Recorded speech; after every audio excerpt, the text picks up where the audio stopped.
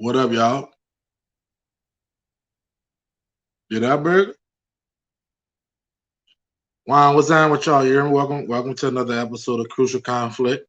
Look like my boy Burger having some technical difficulties, but he should be back.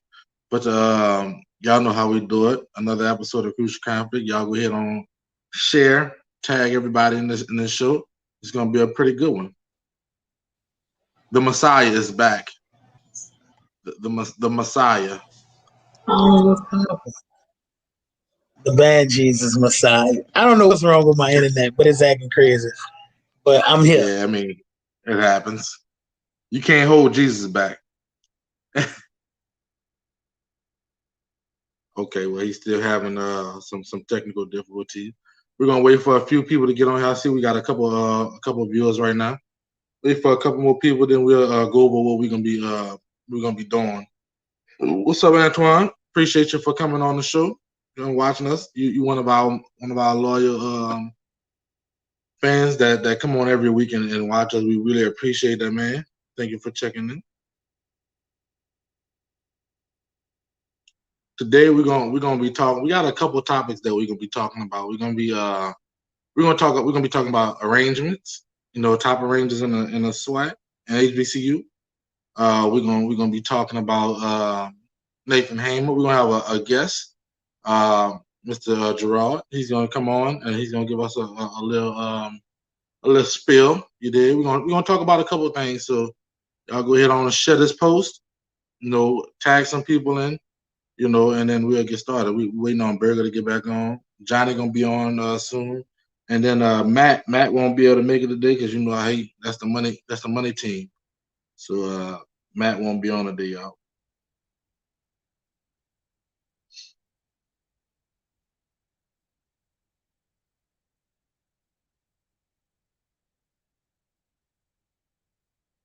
Can't even hear myself.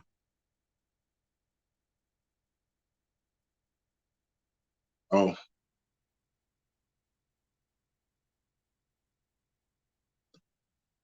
Y'all share the post. Yeah, my Look bad. like we got Jesus back. Some internet difficulties is not acting right. I don't know what's going on. What up, Tremaine, dog? CB, I see you, dog. I ain't know you was tuning in. Thank you for tuning in, dog. Shout out to the T5T. What's popping? So yeah, like I said, we're gonna be talking about a couple things on here. We got a couple beautiful guests that's gonna come on and drop some of them bombs. You know how we do it on Crucial Conflict. You know, we're gonna have the great Brian Simmons himself. He's gonna talk about arrangers in the SWAC. You know, we're gonna have Mr. Gerard on it's from the HBCU Times. Bro, you wanna holler at him right quick before we bring Mr. Gerard on? Oh man, let's get straight to it, man. All right, then sure. Let's bring Mr. Gerard on. This is Mr. Gerard. He coming from the HBCU Times. Mr. Gerard, you're muted. You're muted. What's going on with you, bro? What up, man? What up? Yeah. So, Mr. Gerard, go ahead on and introduce yourself. Tell them who you are. Know your band facts, and then give them a little about what you're doing. Gerard Howard, man. I'm launched for Francis William Gregory Junior High School, 89-91 snare drum, McDonough 35 Senior High School, 91-95 bass drum, Jackson State 95 bass drum. Ooh. Love the boom, baby. Love the boom. The master, he a boomer. He a boomer. Mr. Gerard, I know you're on here. You got a couple things that you're gonna do that you want to talk to people about. Go ahead on and highlight them right quick. Yeah. Now you know I'm not from the HBCU Times, right, bro?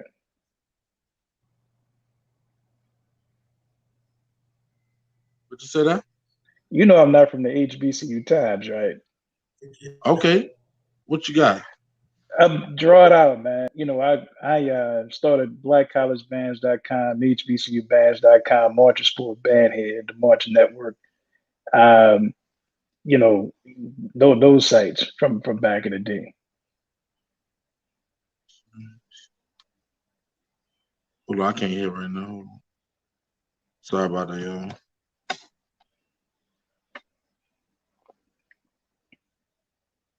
Bro, I can't hear him. You wanna holler at him right quick?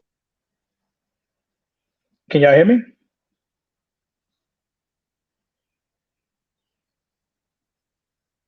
Bro, you I muted, think bro. you're muted. Yeah, you're muted.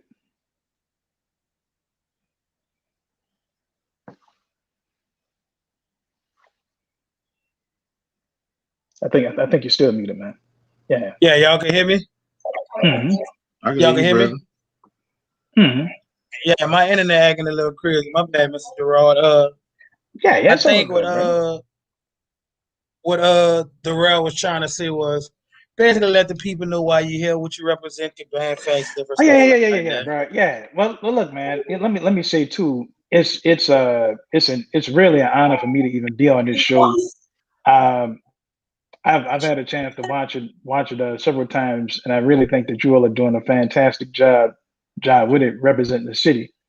It would have been great to have something like this back in the day. Back in the day when I was in the band.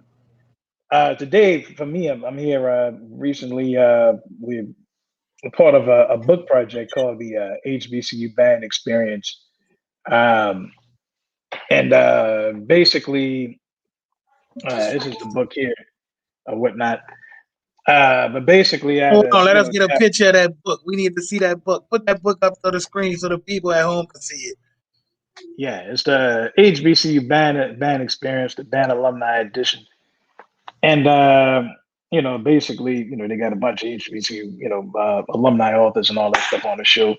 But Yes, sir. inside the book, though, inside the book, everybody kind of writes their chapter and whatnot. And in it, I just kind of put a lot of, history on, I guess, the origins of marching sport and the origins, I guess, of a lot of, the origins, I guess, of a couple of things that folks do inside the HBCU band world. Just kind of, breaking some things down there. So, as far as I've been seeing like marching sport, I remember being like a little youngin' and just really getting in a band and seeing marching sport and like getting to hear all the different bands. Because a lot of times, I'll be honest with you, I really didn't see a lot of college bands until I got older. So younger me, I had marching sport, so I felt like I was there. Like, you know what I'm saying? Like, But that was exactly the reason. That was exactly the reason why I started marching sport, because back when I was coming up, all we heard was, rumors of bands. So, this is, again, this is like the, late 80s. For me, I started marching in the late 80s. And so obviously back in the day, Southern and Grambling, were the predominant bands in the city. They were who came down. The only people who we basically saw was Southern and Grambling doing the Bayou Classic. And we heard about other bands. We heard about, Jackson State, Tennessee State, but it was a heard about thing. And if you didn't, have the opportunity to lead the city, then you were kind of really at the mercy of whatever tapes people had. So I can remember one time coming up, hearing people talk about Florida A&M and hearing them, talk about their, FAMU back in the day had 400 people. And so when you hear that a band has 400 people, you start thinking about 400 people in New Orleans terms, which is crazy. You see what I'm saying? Like a 400-piece band, New Orleans wise, is a hell of a damn band. You see what I'm saying?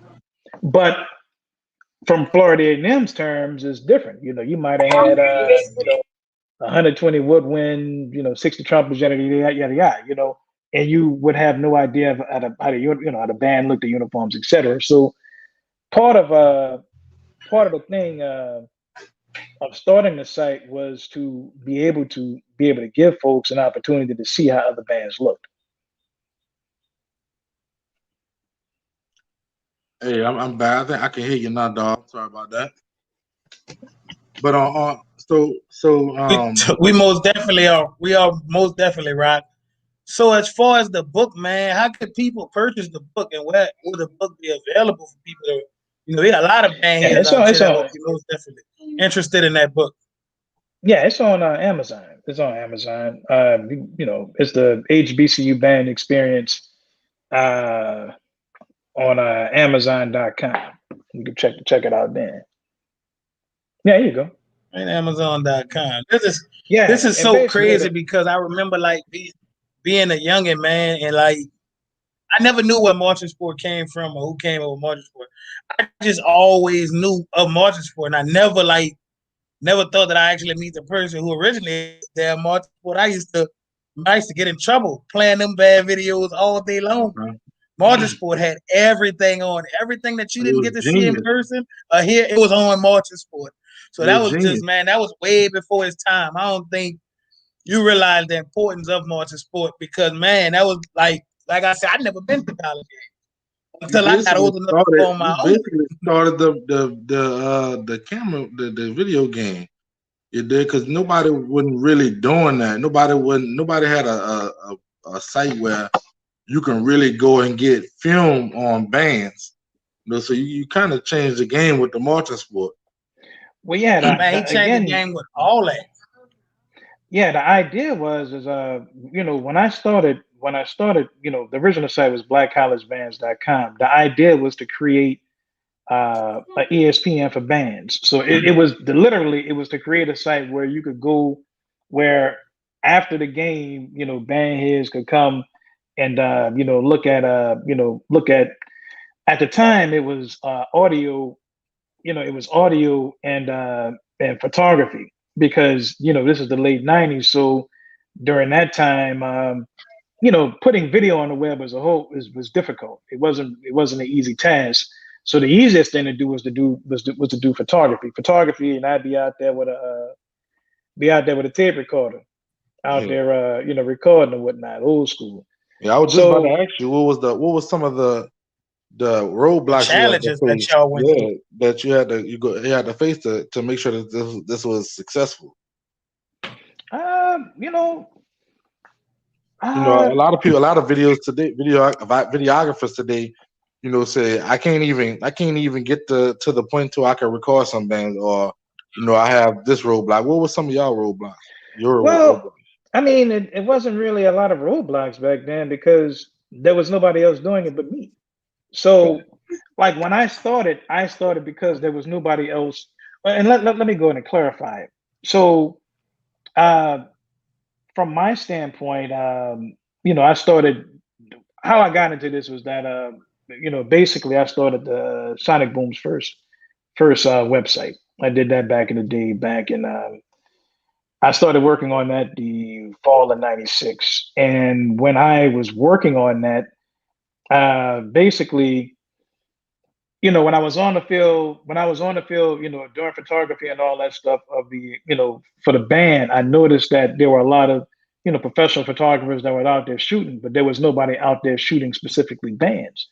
So when I started, my thing was I'm covering the HBCU experience, the HBCU football experience from the band standpoint. So there weren't really any roadblocks per se because there was nobody doing it.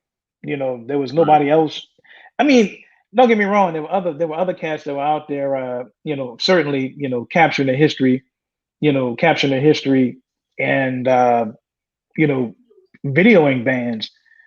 But I would say probably from a photography standpoint, and then from a website standpoint, like site wise, pretty much, you could very well say that myself, Christy Walker, and Mike Lee from the Fifth Quarter are pretty much the founders of the online Black College Band movement. Our sites basically started,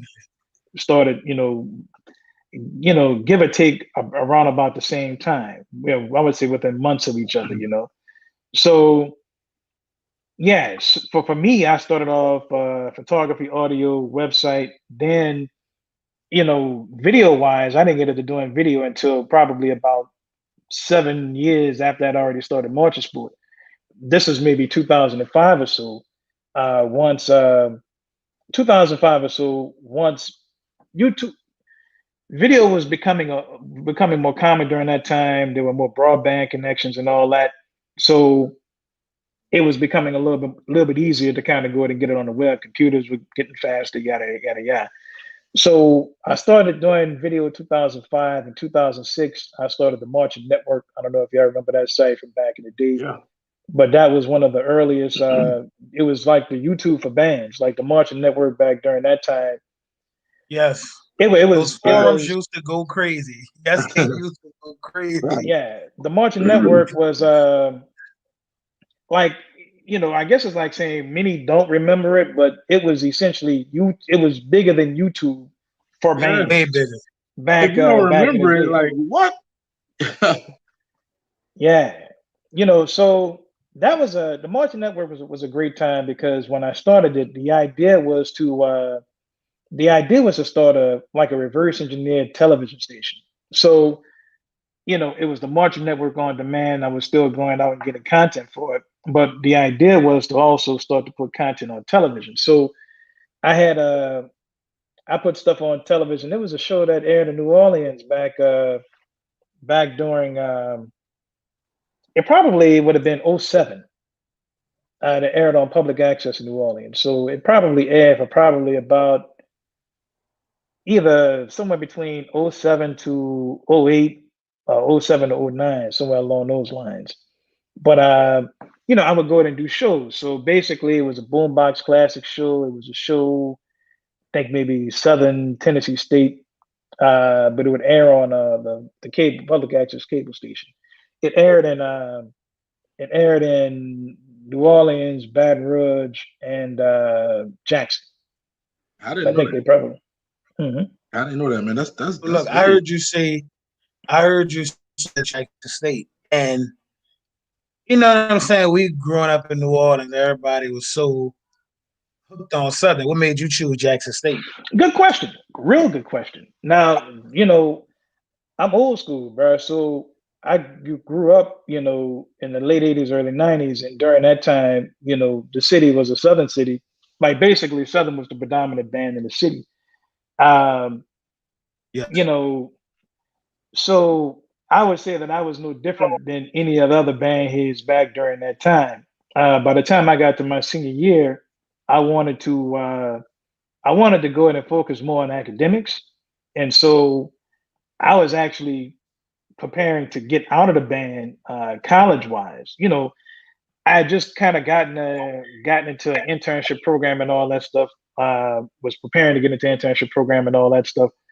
And I was going to go to the University of Southwestern Louisiana to major in electrical engineering with an emphasis in telecommunications. So as much as I loved the band, I kind of felt that it was time for me to, to kind of get out and start focusing on academics. And so out the blue, I ended up getting a call from William Bethea, who was one of the band directors at Jackson State at the time. Mr. Bethea, he was the percussion instructor at Jackson State, and he's the band director at Norfolk now. And he called me up and offered me an opportunity to come up. And basically, it was one of those, depending on how well you can play and all that stuff, we're giving you you have to come and audition, but we're giving you a scholarship to come and perform, one of those type deals. And so, I went up and auditioned, and I called up one of my homeboys and, got me some Jackson State clips, got me some Jackson State videos and tried to sit back and watch that. And the rest is history from there. But what I will say though is this, one other thing with doing marching sport, has been the way I was recruited was cool, but the best way for anybody to be recruited to any university, any HBCU, is through some sort of feeder program. So when I went to Jackson State, there were difficulties for me style-wise because, I grew up in New Orleans. New Orleans style was a Southern style. You get to Jackson State, everybody tell me I look like Southern. You see what I'm saying? So, that style, they told me that was what the style looked like to them, So ideally, in doing marching sport, the idea is that kids can see, you can see what all these programs look like early on. Nowadays, you can even go to these band camps and you can get a feel for the program so that by the time you go there, you got, you may not have the complete style down, but you got, you got an idea what it is that you're trying to do by the time you get there. You studied them. And so fortunately, I think that that's something that kids have the opportunity to do now, is that they can actually study programs before they go. That's 100% true, because I know I was a juke before I became a juke, because I studied them. I watched every step, so that's true. Being able to watch those videos and that creates hope. Guys in the comments, man. You got people in the comments that are really starstruck because you missed the marching sport. But listen. I'm not even gonna lie. When I first got on, then I heard you say something about marching sport. I'm like, it's just the dude that created marching sport. Let me keep it real. I've known of you for a while, but I never knew that you were Mr. Marching Sport. So as far as especially on Crucial Conflict, man, we like to give people the flowers like this. Well, keep in mind this, bro. That's why I'm saying that why for me, I've done these interviews and stuff, before, but being able to talk to people from New Orleans is this is like saying the biggest interview I've ever done, because if you like marching sport, if you like the photography, if you like the video, know that I am a New Orleans band head, and that everything that I do, everything that you have ever seen from marching sport came from the same spirit that you have as a New Orleans band head. So keep that in. I guess it's like saying that's almost like pride for the city, keep that in mind, that you can tell. You can tell when you're watching those videos, because you got every New Orleans person attention. But hey, look, let me tell you though. But the reason why is that we see stuff differently. You see what I'm saying? Mm-hmm. Say for instance, you have a bunch of people, when they see bands, all they see people is jerking and shaking, and we see monsters. You see what I'm saying? Yeah. It's like we see, it could be some innocent person with a horn in their hand, man, and you see somebody who about to get got. It's like saying you see a victim. So that's definitely, yes. Yeah, you see what I'm saying? So it's like that's where what you see with marching sport, from back in the day, and even if you still look at the videos on the internet now, it's that spirit, it's the city. I'm from the, I'm a New Orleans band head. You see what I'm saying? So this is us. This is us. Everything that I've done on a site, basically has been to represent us. Right. Cool. Even if you look, basically, man, even if you sit back and look at the name marching sport, the name marching sport was me trying to basically describe what it is that we did. You see what I'm saying? So obviously it was a sport. I'm talking, when I say us, I'm talking about, New Orleans. It was obviously for us, it was a sport. You see what I'm saying? It was more than just, and obviously when you go to college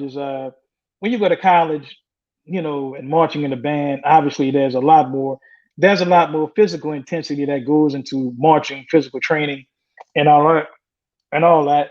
But the sport of it for us is, Napoleon and Chapatulas.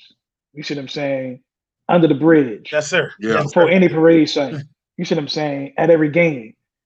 That's the sport. The sport is, looking for that action every time you leave them gates. You see what I'm saying? That, the New Orleans mentality, you see what I'm saying, is that. So like I say, when I came up with the name marching sport, basically it was trying to describe, that experience.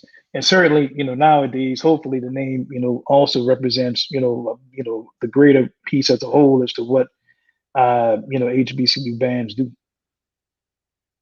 Cool. So we have a video we want to play, and then after that video, we'll chop it up some more. Rob, you got the video ready? The first ever HBCU Band Anthology, the HBCU Experience. The HBCU Band Alumni Edition is a collection of stories written by prominent HBCU Band alumni throughout the world. HBCU Band alumni who are doing great things in their careers, businesses, and communities nationally and internationally.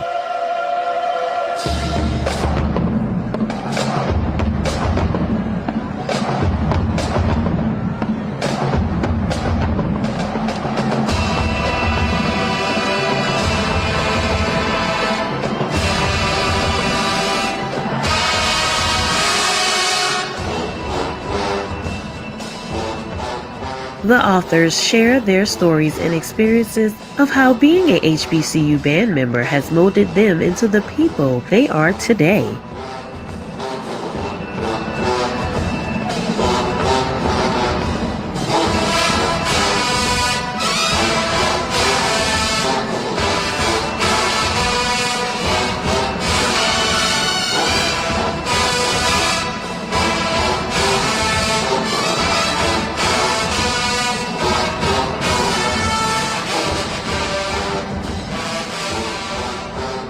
Purchase your copy today and support the HBCU Experience, the HBCU Band Alumni Edition at Amazon.com.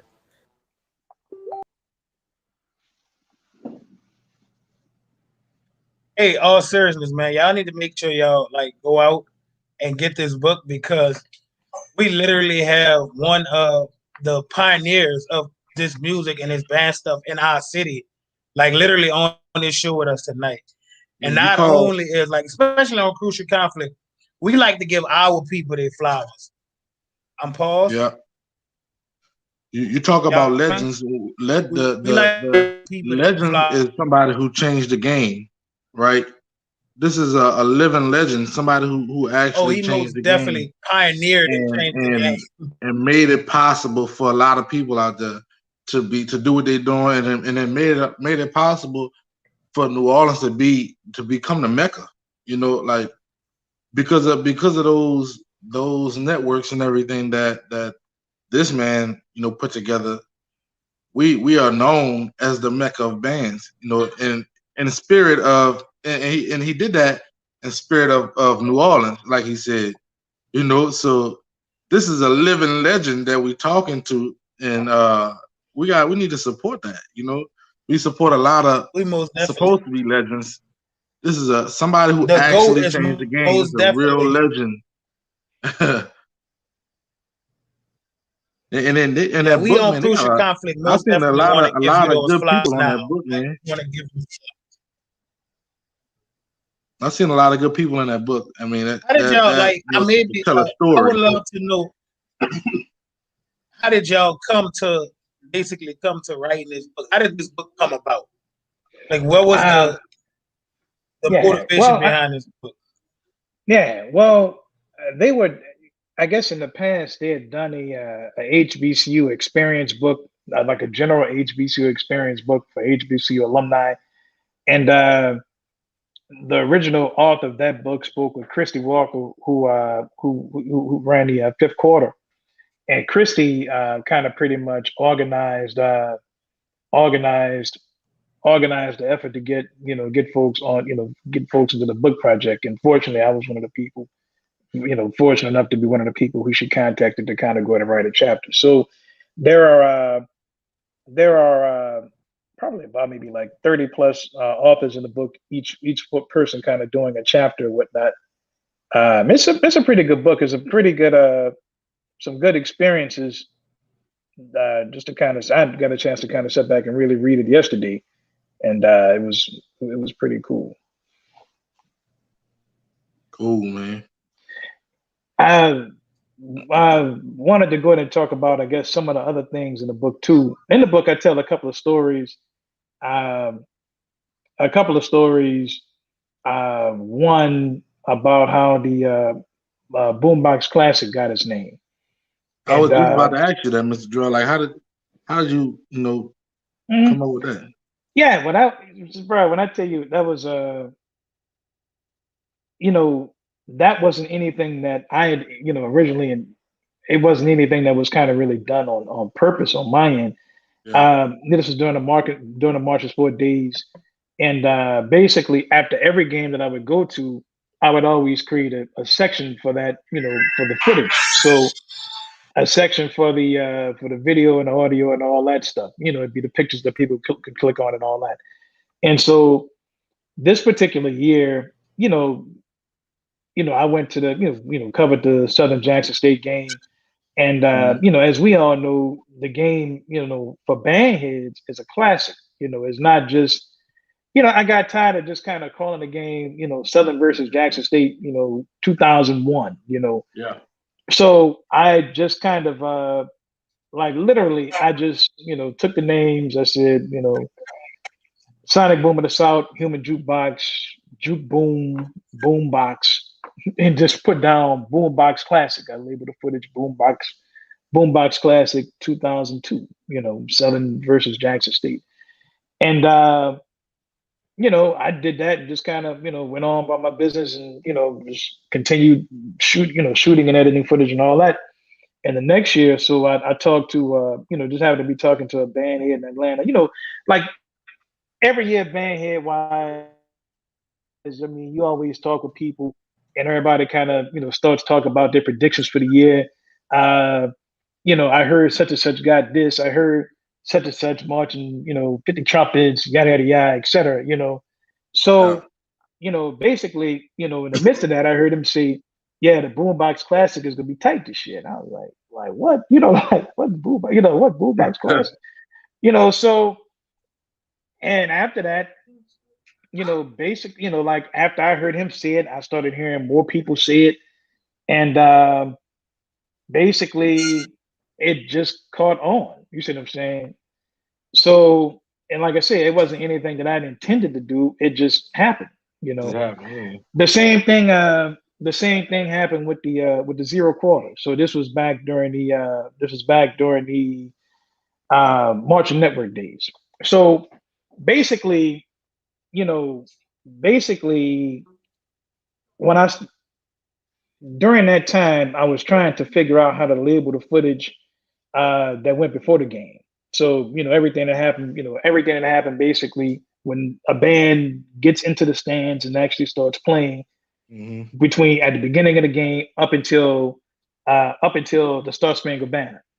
Because back in the day, I want to say that back during that time, like I guess in New Orleans, like everything after the Star Spangled Banner is typically the game starting directly after the Star Spangled Banner. Nowadays, Right. I guess it's a little bit different. It might be some more exchange happening after that. Yeah. But what it was is that I was labeling at the time. I was labeling my footage pregame and postgame, and so of course, the postgame was the fifth quarter, but Christy and Mike were running the fifth quarter, and I just didn't want to use the name fifth quarter. It's one of those things. I just didn't want to. I didn't really want to use the name. So since they had the fifth quarter, so I guess it's like saying since they had the fifth, I just called that footage the zero for the zero quarter. You see what I'm saying? Yeah. So called it the zero, the zero quarter and all that stuff. And then that was kind of one of those things again that that basically it blew up. Like basically the entire band world at this point refers to the beginning of the game as the zero quarter. Right. That's crazy, man. This is before, like, I always used to wonder, like, who came up with this? Like, what I've heard about stories how bands started battling but who came up with the name zero? Who came up with the name fifth? Who made this a thing? And I'm sitting here talking to him now. That's crazy, man. That's crazy. I mean, like I said, man, y'all, man, we need to support this book. There's a lot of great things in this book that we need to read up on it and get a little knowledge on it. And then this guy here, he literally is a living legend. Like, this is crazy that this is Mr. Marching Sport. This is the guy who made it. This guy right here made us band heads. You did, like we was city band heads, but this guy right here made us, band heads outside of the city also in the spirit of the city. Man, Mr. Gerard, you have any other things you want to say before we let you go? We're gonna have our next segment starting. Yeah, I got you, bro. Again, it's a play. Like for me, man, this is like being on Sally Ann Robbins. For real, because okay, like seriously, man, because we for appreciate me, that. like again, I don't even think people realize that I'm from the city. So I guess it's like saying if you can imagine you left the city and you did this, and now you're having the opportunity to come back and talk about it. Mm-hmm. And that's kind of really how this experience is for me. It's like I say, it's a pleasure really a pleasure to be on here and talking with y'all. And like I say, I watched the show, and I think that you all are doing a fantastic job, man. Really a fantastic. Like this is really a great opportunity from people in the city to kind of sit back and like especially the old interviews I was doing with everybody else. Especially I think I got a chance to check out the Doc Harris interview. Yeah, that was a good one. All those things, man. Y'all doing some good things, bro. My last question before you go: who are your right now? We have a lot of different media teams out there. They're doing a lot of good things. What's your top teams that you like to watch when you're watching these videos today? It's a lot of good folks out there. Mm-hmm. So there are a lot of good folks. Give me your top three. I need more than the top three. Five. Yeah, let's see. I like really enjoy Garrett's work, Kevin's work.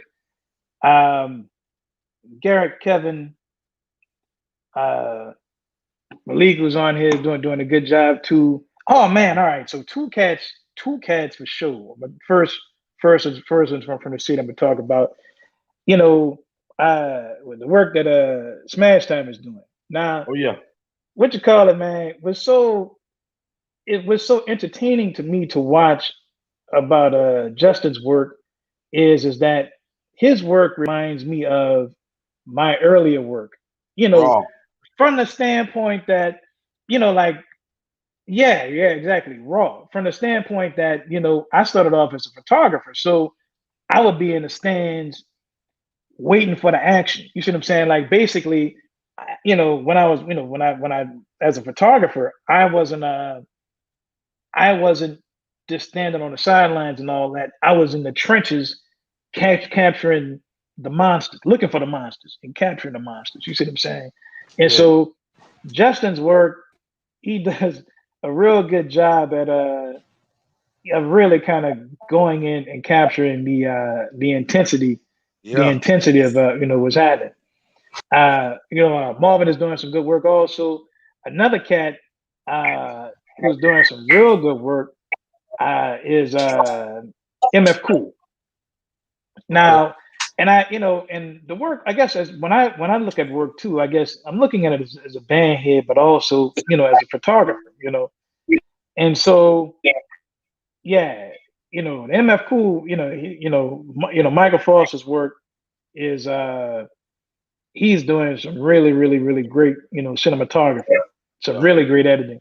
And with these cats these days, man, there are a couple of them now that are just like in Mike's case, they're directing teams to go out there and shoot the work, but they're playing in a band. And then turning around and editing work and all that stuff, man, it's wild out there. Yeah, it's like, man, like these cats, they're putting in they're putting in some work. Yeah. That was a pretty cool list, man. Mr. Gerard, it was a pleasure having you on, man. Man, like you said, thank you for watching the show and all that, everything that you've done, to keep that to get that culture to where it's at right now. And we really enjoyed having you on today, man. Thank you, man. Enjoyed it. And like I said, if y'all ever want to, have me on again. Oh man, look. Go ahead. Shout out to look. Before I go, I couldn't leave this with it took me too long to say it the first way. Shout out to my partner in crime, Joshua Cousin, the Bookness Monster. Book. Shout out, like good. I mean, like I don't even know how it took me. Like shout out to Joshua Cousin, man. Shout out Book. Stand up, Book. But all right, man. Hey, thank you for coming on, brother. Cool. Thank y'all again for having me. All right. Hey y'all, man, that was some legendary stuff right there, man. Like just to hear like what he did, what he put together, the things that he came up with that we don't even think about, like the term boombox classic. That we just say it now, but this guy actually came up with it. Marching sport. We used to click on it, watch it. This is our way to stay in touch with the sport. A guy from New Orleans did that. That this man, I mean, he went to 35, but he did something that changed the game. So that's the living legend, man. My boy Burger, he keep on phasing out. He having some internet problem. But look, hey, this next segment gonna be real good. We got Brian Simmons that's gonna be coming on and talking about the arrangements in the SWAC. So we're gonna get right to that when Burger gonna come back on, and we're gonna have Johnny come back on also. So we can go ahead and bring Brian Simmons on. We can go ahead and get into it.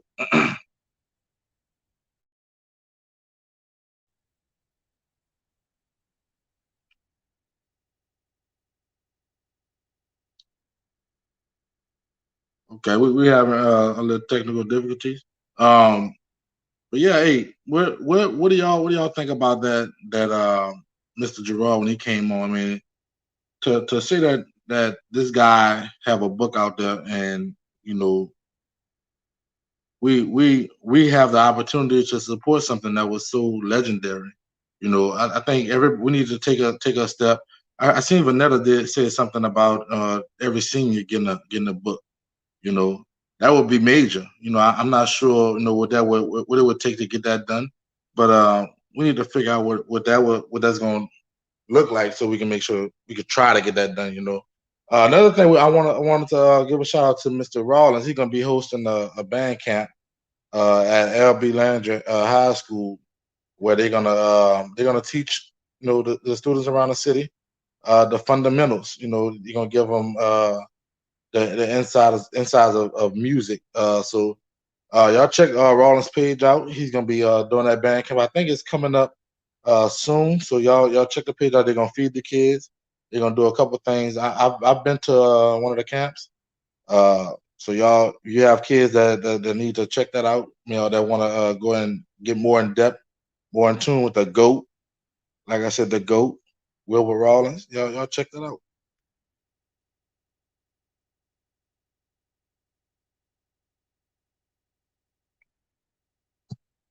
Waiting on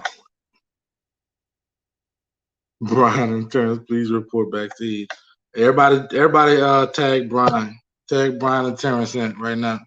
Tell them we waiting on them on Crucial Conflict. This has been a ongoing topic on Facebook. Everybody been talking about the top arrangers, in the SWAC. To me, it's not even a question of who's the top arrangers.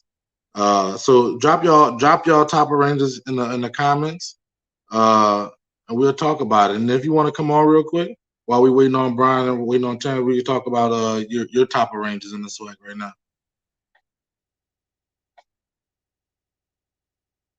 And the date is June 1st for incoming freshmen to any school for that LB Landry High School band camp.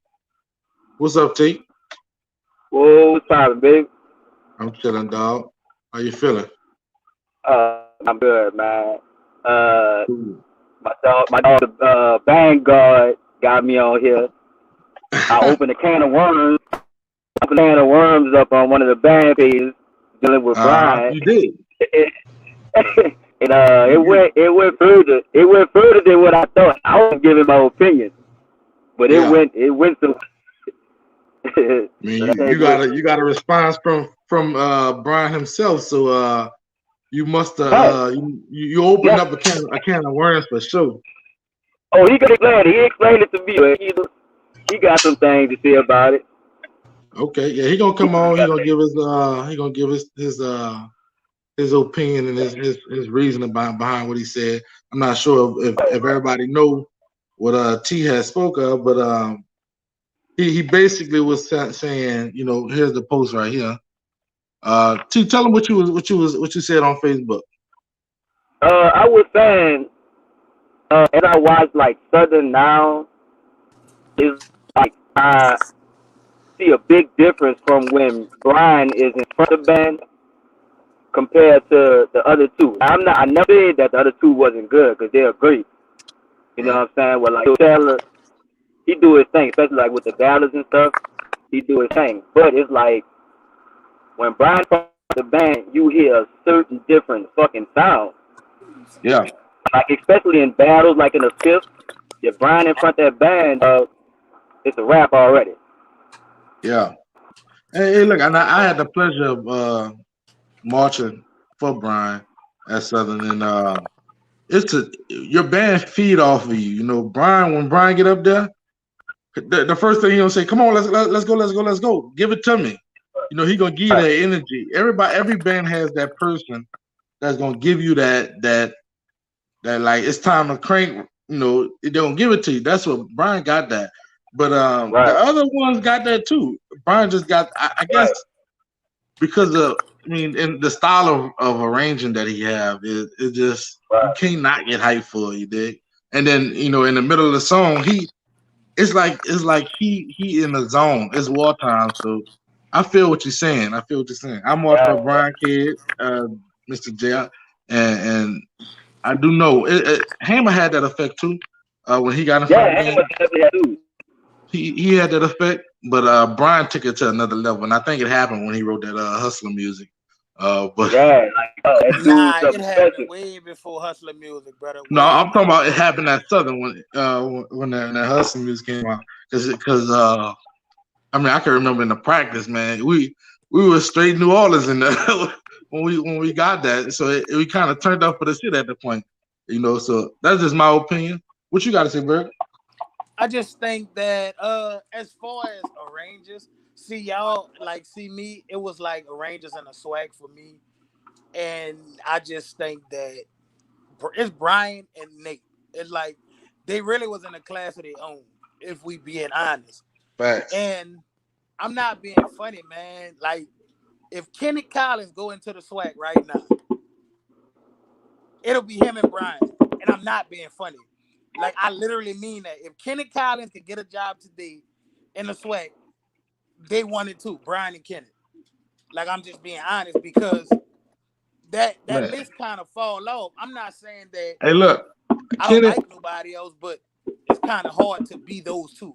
Kenneth is my CB, and look, Kenneth is a beast. And when he get to Southern, and like I said, when he get to Southern, because he ain't going nowhere else, it's gonna be dangerous. But these guys have put so much music out to where I can't go there right now. I'm asking you. And look, I'm telling you right now, Kenneth is gonna be at Southern. He's gonna be one of the next band directors at Southern. Brother, I'm telling you, and this is my God honest truth. If Kenneth go up to SU, he's number 2 behind Brian. You gotta give him time. You can't just say that. Bro, listen to me. Hey, look, I'll be like in some little arrangements that JJ. Listen to me. Kid, y'all sleep on Kid, bro. Kid listen. Right. We not Kid is a monster. Kid, but Kid is the head band director. So as far as his arranging duties, he don't have time to arrange as much as he used to. But when he do, I'll put his. But guess what? I'm not being funny. Like the man balance is the truth. But dog, it ain't a genre that Brian didn't write that ain't fucking cold. Hey, look, not just that'd be my whole point right there, son. That's my whole point. Kid has put some stuff on a paper that have you like this. You know how you get close to the paper like it's gonna change, like that That's the kind of writing Kid do. Brian do too. And we're not talking about Brian because we already know what Brian is. Now look, But y'all, look. I'm telling y'all, Kid, man. I'm telling y'all. Look, and look, to go back to the post I made that started all this shit, I'm not saying that the other two guys are bad, but you got to look, and I talked about old school Juke too. And even when Terrence first coming in, a lot of Juke was like, he's shaky, but he got his shit together. And that's how I feel with the dude said. Like, he a little shaky on some shit, but eventually he gonna get like said. Who's shaky? Hey, look, I'm gonna tell you like this. It takes time to go from writing for a high school or all-star band to writing for a monster. You know, Southern Band is a monster, so you got to learn how to get that out of there. You know, so it's gonna take them a minute, but hey, once they come together, these dudes got to listen, brother. If Southern can't make your arrangement sound good, you don't got it. But Burgers, every arrangement's not for Southern though. You gotta write. You gotta write it for what Southern. I'm saying. If Southern can't make your arrangement make it, you're just not good. But Burger, I'm saying though, you gotta write for Southern to make it. You Southern missing my point. A cold nigga could write some poo shit, but because it's Southern, they gonna make that shit. They gonna take it to another level. But guess what? A poo nigga can't put nothing in front of Cold Band. That's what I'm trying to get you to understand. So Juice is saying this. If he put this, if Brown were to go somewhere else, are those arrangements still cold, or is it that Southern? Brian writing don't change because he's not at Southern. What I'm not even getting on that subject. But you just said that if a poo nigga write, if you can't make if Southern can't make his song sound good, then that means he ain't gonna be at Southern. So what if what he's writing is poo is at Southern? That ain't the case. That's not what I'm saying. What I'm saying to you is Brian is good. So what he writes, Southern gonna really take it to the next level. Yeah, I agree. I also say like. It again. Hold up. Say that one more time. I'm saying the way Southern Band is made and built, brother. A poo nigga should be able to get a one house arrangement out of Southern. But consistently, he won't do that because he cannot arrange no music. And sometimes we don't tell our partners, hey, bro, you can't arrange. Southern won't make everything sound, man. There's been a lot of things that didn't make it out of the band room because it didn't sound good. You know, and these band directors wrote it. I remember Mr. Hamer passed out I Would Always Love You, and it sounded great to me. But it never made it out of the band room because it wasn't, you know, what he wanted, you know, for Southern Band. So I understand what you're saying. It should come out good, but not all the time. It works like that. I don't think you really understand marching in Southern Band. What you mean? What you mean? Brother, Southern will take an all right arrangement and make that bitch on another level because it's Southern, brother. Hey, Burger, I got a question for you, Burger. What's up? How you feel about Southern Leave the Door Open? Honestly, this is me. I didn't like it. I prefer Tennessee State's arrangement. It's Southern, so you gotta understand. I told niggas, I just got finished from saying it. Southern can take a decent arrangement and make niggas like it because it's Southern. Can you take that same arrangement and go play it somewhere else? Fuck no. Because they don't have the instruments that Southern have, the players that Southern have. And to me, I didn't like the arrangement. And it's like, I just was telling niggas, I'm real. Them few clips that Southern just dropped, a lot of that shit was mid. I didn't like it. Oh my God. Hey, I was like, man, like this not the Southern, like this COVID Southern. That's what I'm going with. Nah, man. Hey, I think you know, he said that Southern, because Southern played it was we made it out of time. I think that arrangement was off the chain. You're gonna say leave the door open? Yeah. That's what you're supposed to. It was off the chain? Yeah, to me it was. That what you supposed to say? Hey, bro. I Hey, mean, I think hey, he even added some stuff in that, man, that made a musician. You know, the musician in me was like, oh, you know, like that's the type of writing I'm talking about. You know, people, some of the stuff they add in there, only musicians will get happy about. You know, that's the type of arrangement thank you, Darrell.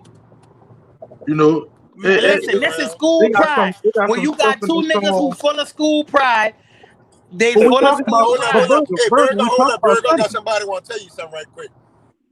And man, you talking about the COVID, man. Yeah, man, what you trying to say, bro? What's going on? What's poppin', Jamison, man? What's poppin'? Yo, Jamison. It's cold. Listen, what's COVID thing. What's going on, bro? It's cold. Shut up. What's going on?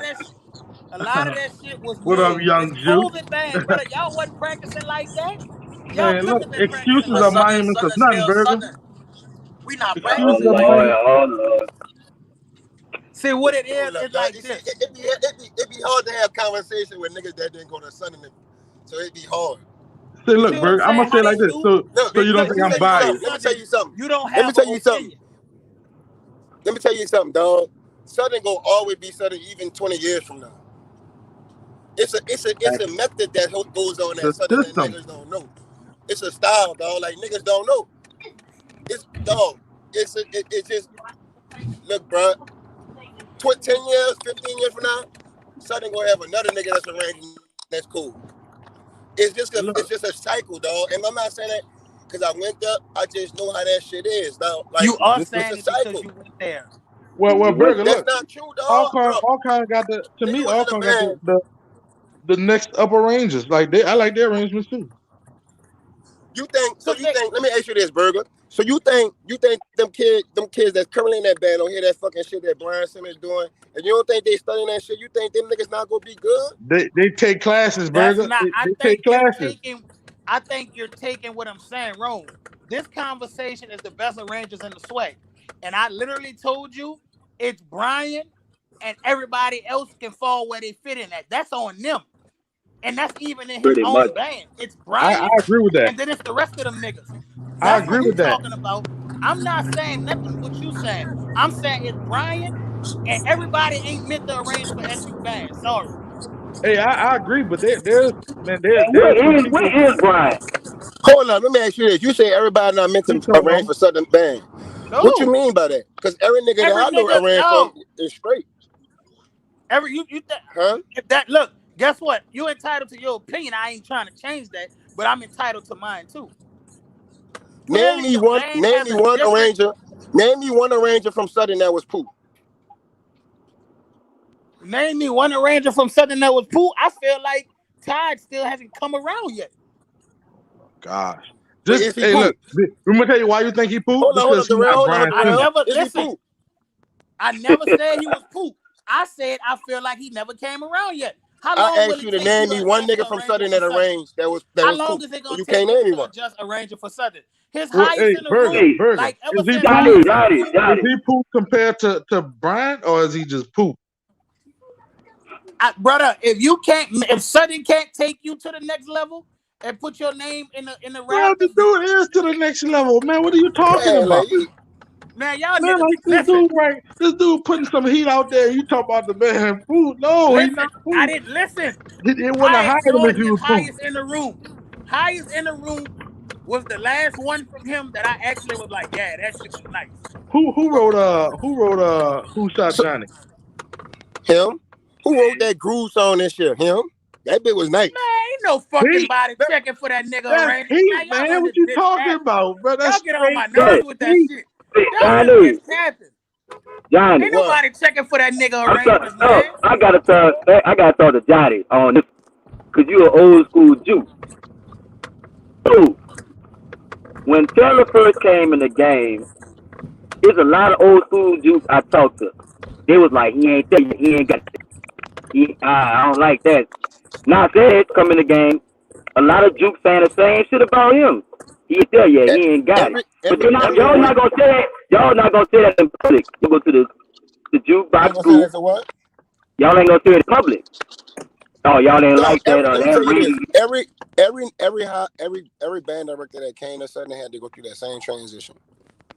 Right. I know you gonna get that. Exactly. Let me tell you, I was in the band when Kid first got there.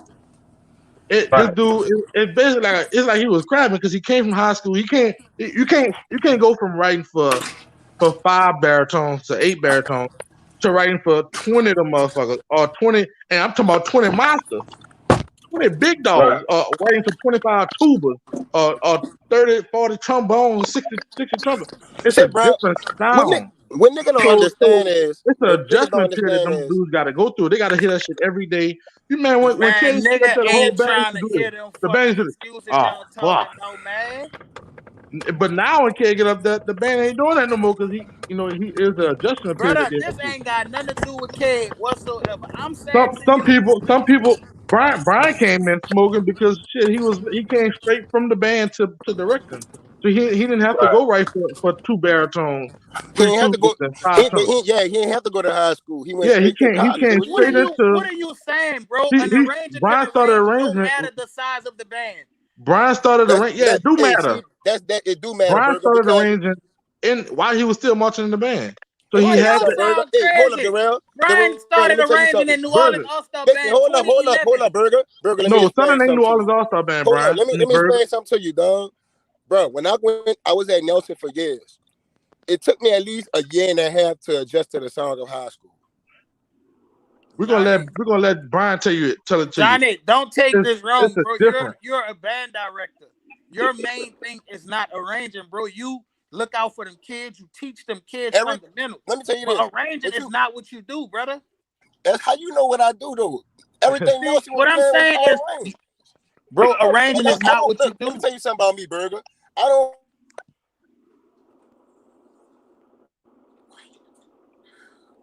You must have got off. I just don't. You just don't never say it no more because I don't have to no more. That's what I'm saying to you. I'm not saying that you can't arrange. See, that's the difference. But what I'm telling you, Burger, is when I was damn Burger, you act like you fucking retarded that time. When I was coming from middle school to high school, it's an adjustment, dog. It's adjustment. Your ears got to get retrained to hear certain sounds. So just imagine coming from high school to college.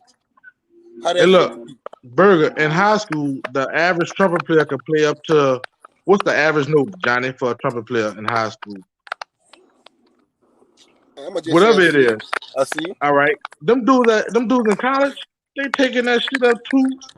All them niggas ain't playing that shit. So it's a difference. It's a difference, Burger. You can write different things. There ain't nobody playing four parts on the trombone or 5 parts on the trombone in high school. Like that. That's the type of different sounds you got to get in college at Southern. So it's a difference. So I mean, said gonna come around. It's gonna be some fight. Like this fall is gonna be better than what it was. We just seen. But y'all act like that man ain't had no heat this shit though. Yeah, I'm not saying. We didn't listen. All this started because nigga asked me how I felt about how I not open the door. All right. Door open. I didn't like it. All right. Would you say he's in the top 5 of the arrangement in the SWAC right now? Say. No. What? Who better than Fuck no. Who better? Y'all don't even say that. Who better? Y'all don't even. You just told me that Burger? You like Alcorn. You just told me that you like Alcorn as a staff. It's 3 of I them. do. You got Ked No. I didn't say the staff. I didn't say the staff. I didn't say the whole staff. I didn't say the whole exactly staff. What you said. No. I like all corner arrangements. I didn't say I like the whole staff because I don't know who the fuck writing this shit. You said that you liked the Alcorn staff arrangements, brother. That's what you said. Bro, I don't even know who writing this shit, but somebody over there writing some shit. Oh my God, he's They got a nigga with the poop, huh? I like Everton arrangements. Yeah, you did. Let me ask you this question. Somebody over there writing some music. It ain't the whole staff because the whole staff was there a couple years ago that wouldn't write no arrangement. It said better than Jared. It said better than Jared. Do you think it said better than Jared? Yeah. Okay. I just wanted to know how y'all felt. Okay. I'm gonna tell you this. Is better than Jackson State? There's two niggas that I might say I think Kevin from Jackson State is a good arranger. Who Littles from Jackson State. I don't think Littles is better than Kevin. Is he better than Said though? Littles Said is better than Littles. Man, you sound crazy. Is definitely better than Littles. Hey, Johnny, what you say? Pride for your ass, boy. I said Said is better than Littles. I never said Said was poop. I never said was poop. Never said that. But guess what? That man say that. The emotion from Ooh, proud of motherfucker. What's up, guys? I never said like that man was Mario poop. too. You can clearly hear that when that man up there. Justin, what Mario you talking about? I'm gonna make sure I'm talking about the same. You talking about Mario at yeah. The nigga that Brian Dog walked in the Rangers battle. Stop playing. Hey, that's what I'm about to say, Berg. I don't Brian Dog walked in the Rangers battle. I don't think Mario in this conversation. Man, I'm not gonna say he's not in the conversation. Brian ate that man lunch, man. I ain't gonna say he's not in the conversation, but he's not top 5 to me. To me, that's my opinion. I got Brian first, Kid second. Brother, you just told me that Said was top 5. Guess what? When that man first was putting out that poo shit, that's something that I didn't like, and he put out the highest in the room, I told him to his face that I liked the highest in the room. I told him, okay, highest in the room was nice. I told him that. But Burger, he put out more than that. He put out some heat. Top 5 arranged in a SWAC. Burger, what nigga, man, Burger always gonna make an argument on some shit. He really Burger, you never name 5 people better than him. That's what I'm trying to see. Name the 5. Give me 5. I named you 5 niggas better than him. You ain't named shit. You literally, I told you the niggas from Alcorn. All of them? Who? All of them? From Alcorn, there's 3 niggas that's better than him. They got 3 niggas at Alcorn. Which nigga? You must be out your fucking mind. Look, Johnny and Darrell. Yeah, okay. A question. Y'all both went to Southern, right? Yeah. When Simmons got there and started arranging, we all like him. Y'all thought he fit that program? I wasn't in that band. I'm Hey, look, let me tell you. I knew that there was an adjustment period for him, but I knew that he was. I've heard some of his arrangements for other bands, so I ain't gonna say I liked it, but I didn't dislike it either. Right. So hold on, fuck all that. I'm about to go on your level, Burger. Let's talk about some top 5 arrangers in fucking All-Star band. Uh-oh. Top 5 arrangers in All-Star band. Kenny Collins will war Said, and that's a fact. We talking about All-Star band. Let's go. Eric Prince will war Said. That's a fact. We mainly talking about the All-Star band arrangers. So you saying New Orleans got the top 5 arrangers in All-Star band? No, it's not even close. That's a fact. See, but you get mad when we say some shit about Big Southern. fact. Big fact. Because y'all niggas stay live. Y'all stay live. This dude Burger's a white man, dog. I swear to God, bro. This dude is a white man. Fuck all that. Y'all stating lies and I'm stating facts. I'm no, bad. You're not. I spoke on that and my word is law. Fuck what you talking about. Bad Jesus is law. Stafford AG, who your top 5 is? I think they got a arrange in Memphis that's nice.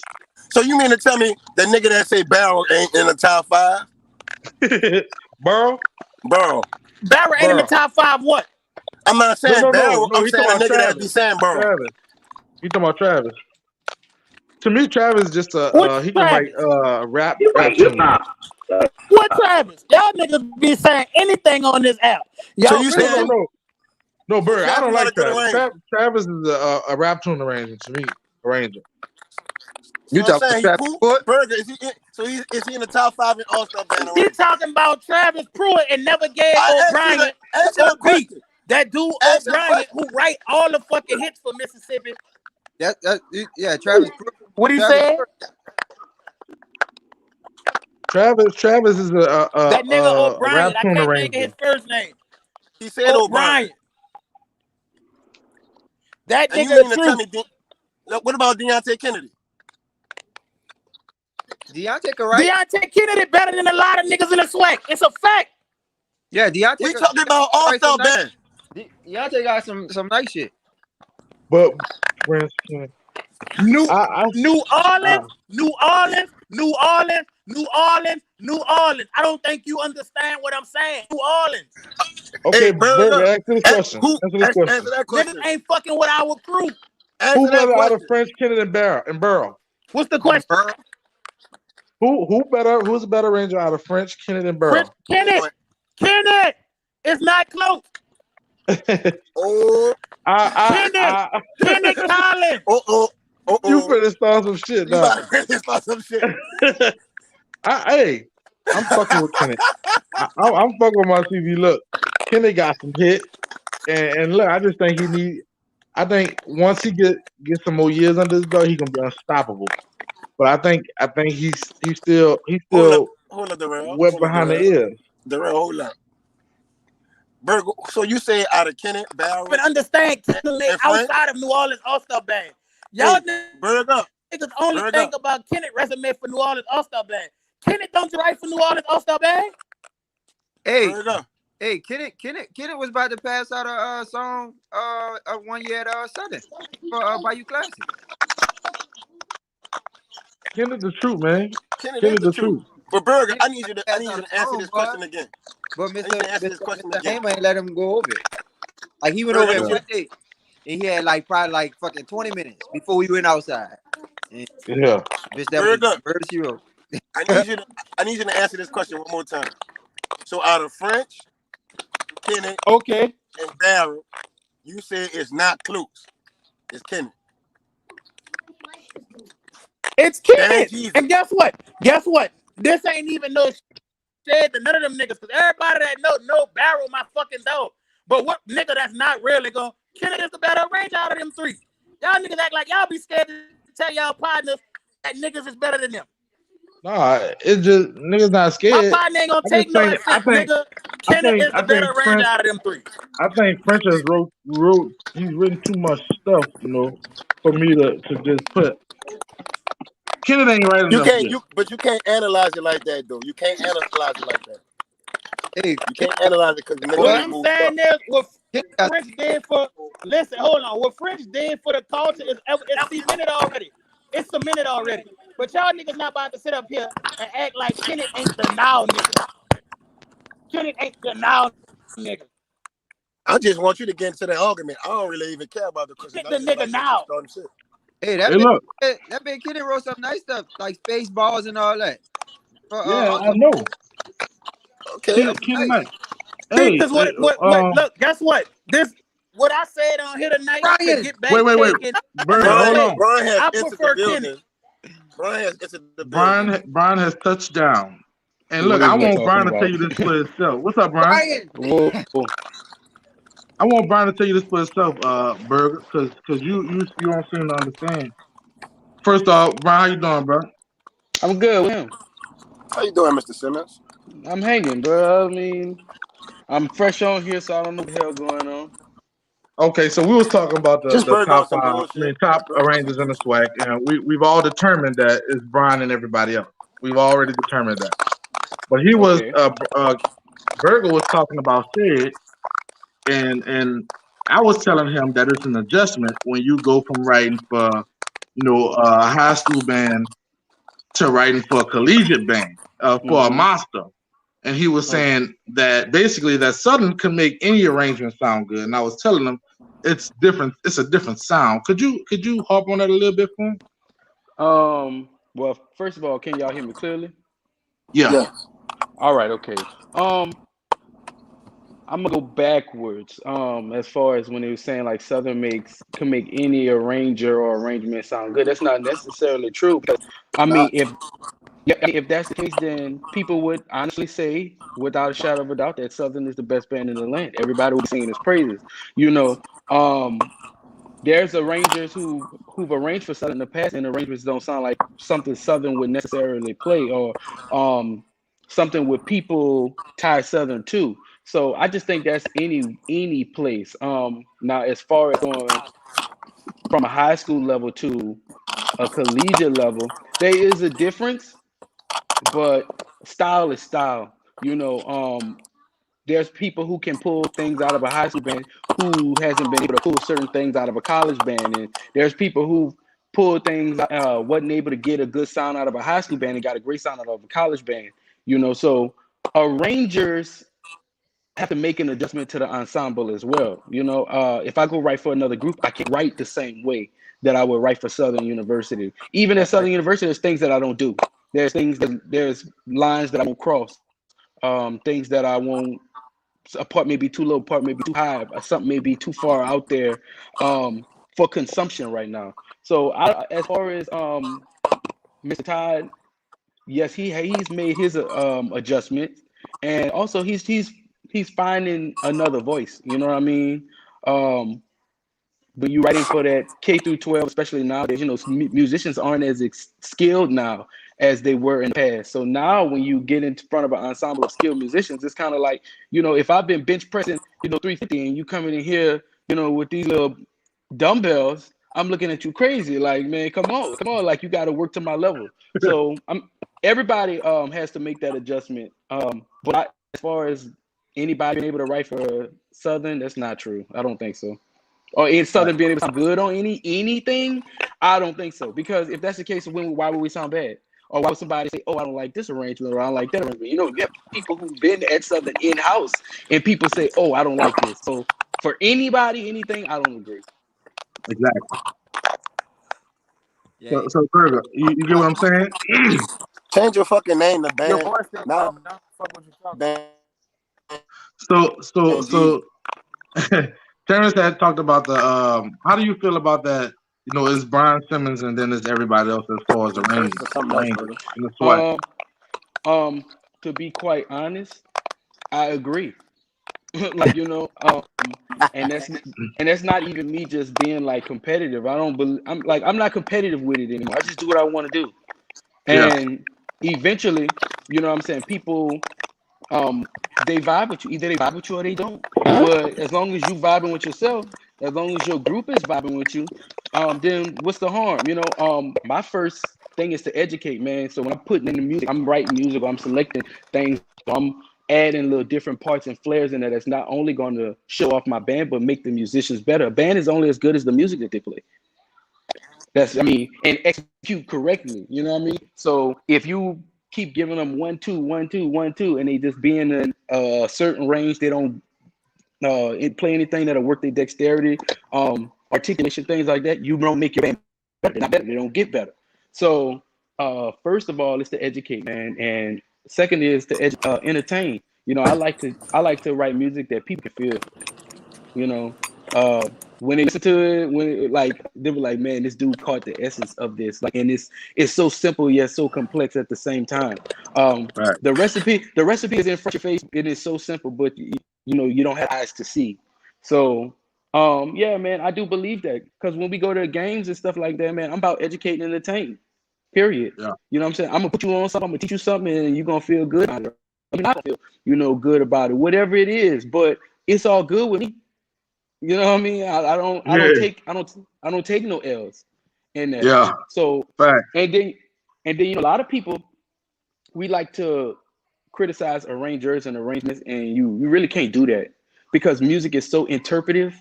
You know what I'm saying? Like, I can sit here and say something horrible, and y'all can say it's the best thing since sliced bread, and if that's what you believe and that's how you feel, then who am I to judge? Who am I to say? You know what I'm saying? Right. I have my opinion. I have opinions about a lot of stuff. I don't volunteer it, but there's some people out there doing some good stuff. Some good music, man. I was chilling the other night. I was chilling. Like, I wouldn't think about nothing. I wasn't stressing. And I was on YouTube, and I started looking up, man. I was watching Alabama State from like 2006. And it was playing Crazy by Gnarls Barkley. And I sent that to Barrow. Me and Barrow was talking about, man, like, it wasn't perfect. Like, the execution of it wasn't perfect. But, man, I felt that. You know what I'm saying? Yeah. Sometimes a good and there's good arrangements and bad execution or poor execution too. So they wasn't getting all the notes, and they wasn't. Some parts was a little too choppy, but the music, the notes that they put on the paper was great. Like, and so I think nowadays, bro, everybody just be so competitive. And when you and they be so competitive, they wind up competing with each other and each other's same styles and phrases and things like that. That's why I said I'm in my own lane, because I start something, and then once I get on it and I do it real good, I move over. Like I do something else. I get a new style. I evolve. Terrence has said something. He said on that post that he made, he said when Brian is in front of the band sound different than when any of the other band directors on a podium. What is it? What do you think the reason behind it? I said, my experience, marching for you is that you have the intensity, so the band feeds off of your intensity. Hammer had that same intensity. So that's what I said was. So what do you think it is? It's more so of creating a relationship with them. You have to have a relationship with your band. What I mean by that, like, you get up there every day. They have to believe in you. They have to trust in you. But also, they believe and trust in you. They have to know that you're human.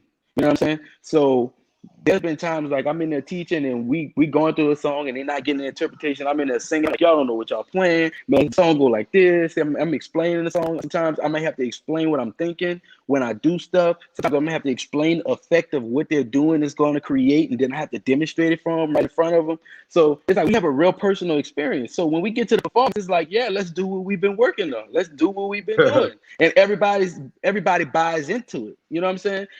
It's just not about you writing and expressing yourself and just using them. It's not about you just being a slave to the music for them, being a slave to your band. It's about both of y'all coming together, you know what I'm saying, understanding the importance of this music and what we're going to do and where it's going to go and how it's going to be. And then believing in you. When they believe in you, they execute.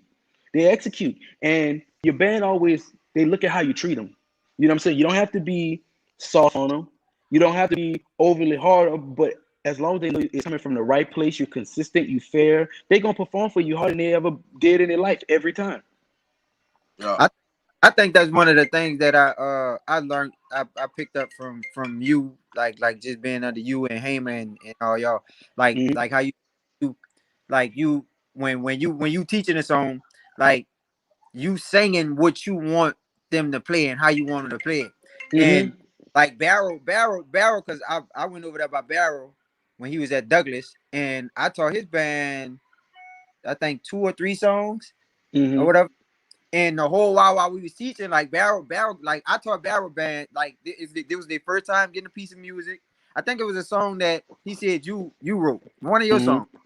And I'm in there teaching, and Barrow's like, Damien, like my band they never learned a song in one day. They never did that. They never did that. And I'm like, but I'm just doing what I'm just doing what y'all did me. So I'm just like, like Barrow, like this is how I teach. Like I teach it like this. And he was like, damn, but they never did it. Like they don't do it with me. So how the hell they did it with you? And I'm like, like this just me just mingling, like, just gelling with them and just singing what I want them to play. And it just, just playing it back to me or whatever like that. Like it's all about buying. Yeah, that's investment. like you saying, like just building a relationship. That if you don't have a relationship with the band, it's the worst thing that could ever happen, because it's gonna be all over the place. And they can and when you create buy-in, they become less of employees. They become less of, just slaves and just people you pass down the work to. And if to them it feels like I'm a part of the decision. I'm a part of, the overall product, and that's what builds pride in your band. They start to care about what they're doing. Even like when I first just before I when I first sat down, and I was like, the first question I asked, I said, who in charge? Like, who the leaders? And like, they raising their hand. I was like, well, if something mess up, I'm coming to you. If something mess up, I'm coming to you. If something mess up, I'm coming to you. Like, I'm going at the leader first, because I'm telling them, look, this is what I want. This is how I want you to play it. I want it to be done like this. So if it's not done like that, then I'm coming at you.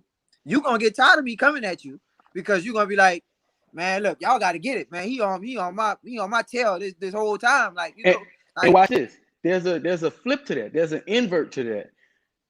When you going off on them, you know, they get tired of it and now they on somebody else and like trying to tell them what to do. But also in a positive, you calling out the leaders, you're letting them know what you want from them. You're letting them, now they're proactive. Now Right. they like, all right, I'm the section leader. I'm going to do this. I'm going to do that. You have that, to have that was my main thing to like my first, like, it's like my first day. This is my first day in here with y'all. I want to know who the leaders. So I want y'all to be active with me. So if y'all feed into me and everything, y'all watching what I'm doing, then y'all gonna be like, man, do it like this. Like he's showing you how to do it like this or whatever, man, like that. Like a lot of people don't understand, and like this is even away from arranging, it's more of like band operation. Buy-in. That is so important. If your students don't feel, you know, invested, if they don't feel like a part of this thing, then they're not going to be a part of it. They're going to come when they want. They're going to do the things. They're going to come to practice when they're going to leave early. They're going to say, oh, I'm going to miss this. I'm going to miss that. Like, you have to almost get them to go all into the project. How do you do that? How do you do that? You have to make them feel like they're a part of it. They have to feel like when they out there, whether it's all-star band, whether it's college band, whether it's high school band, like they have to feel like we got to get this right because this is our name. And they looking at us. And if there's no buy-in in us, then you lost. It's like I see a lot of bands fail because it's all about the band director.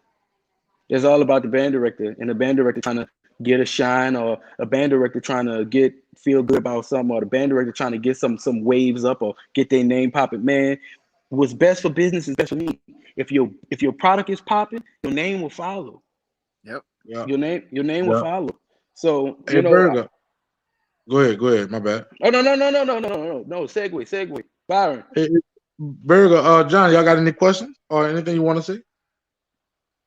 No, I was just going to add on to the relationships, everything with your band, because like, and not only with music, with life, you know what I'm saying? And it goes farther than the music aspect of it. It's also life, you know what I'm saying? Like the relationships I have with my kids is like the kids that I send to college, man, they're gonna know me for the rest of my life.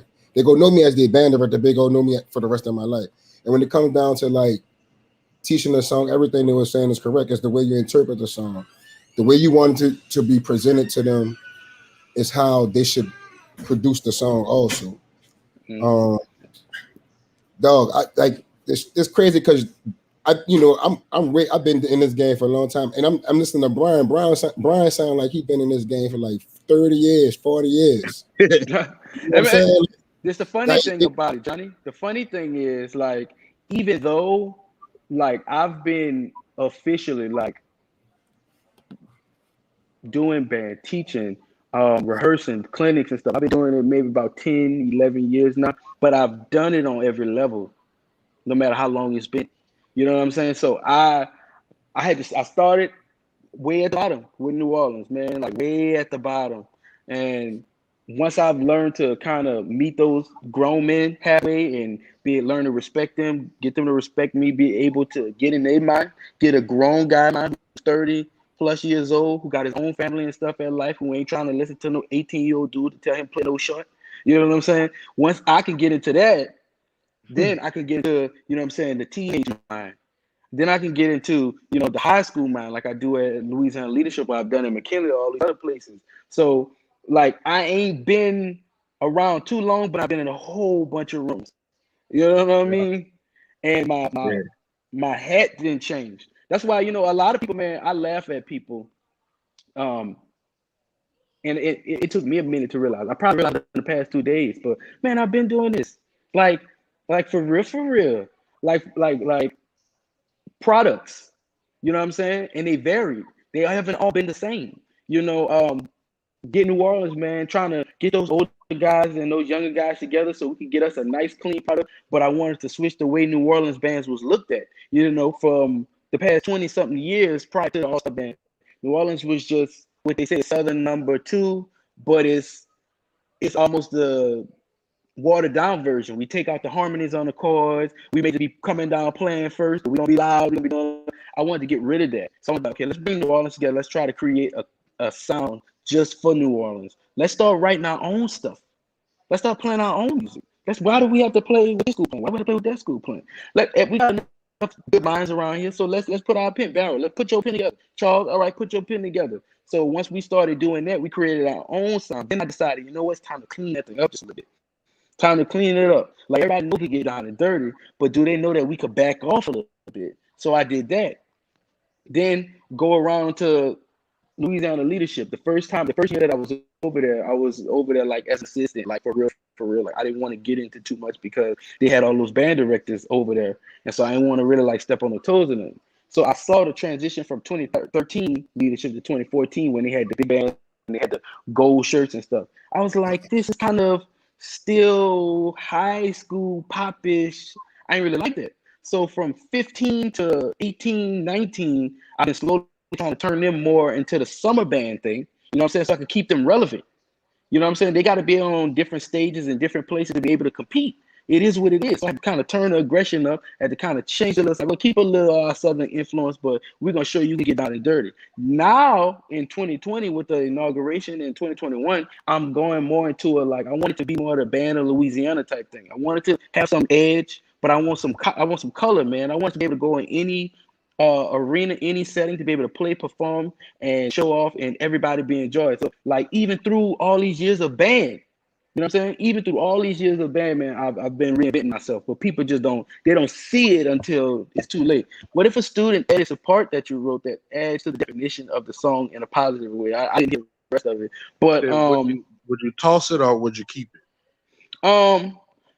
Again, it's all about creating a relationship. So the relationships that my students have with me, before they do anything on my music, they know to ask, because I'm open to listen. You know what I mean? Man, good things come from anybody. Like, anybody can bring something to you. So they'll raise their hand right quick, like, Mr. Simmons, can we do this right here? I'm like, what?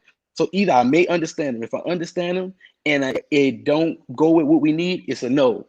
If I understand them and it's good, I'm like, okay, let's try it. Let's see what we got. If I don't understand them and I can't really see, I'm gonna say, hold on, let's try it. Let's see how it goes. Yeah. So I give leeway with that. You know what I'm saying? I did that when I was in a band. That happened with us. We was playing something. And Wayne asked, "Can we take a part up?" And you said, "Let me hear how it sound." And we did it, and all you see is Brian on the board. Like, keep that shit going. Keep that shit going. So you know, he was open to hearing it though. Nigga, like on Stun Like My Dad, you hear the two was take them B flats up now. Yeah, because Brian kept that going. You know, we asked, and that's what Brian wrote. You know, Brian wrote a part up for us in the song. Father, I stretch my hands at the beginning. I think that was a G. He said, "Oh, y'all better go hit that." I was like, "Boy," we looking at him. Everybody looking at the paper like, "Man, nigga said you better go get it though." Hey, when y'all figured out, y'all smacked it. Y'all smacked it. Exactly. But I did that. Let me tell you like that. This is how my mind worked. So I wrote New York Raining the year before, and y'all last note was a G. And y'all randomly just took that up and smacked that. So I'm like, these dudes playing G's now. At the Texas Southern game. Yes. I'm like, these dudes playing G's now. So now that I know what you can do, every now and then I'm gonna let you go do it. Otherwise, I'm just waiting on you to mess something up. Otherwise, I'm just waiting on you to try to find a way to get your rocks off. So instead of finding a way to get your rocks off, I'm gonna tell you where to do it. Yeah, and I know it. Like, you gave us that, like, boy. He gave us that was like the first song we got that.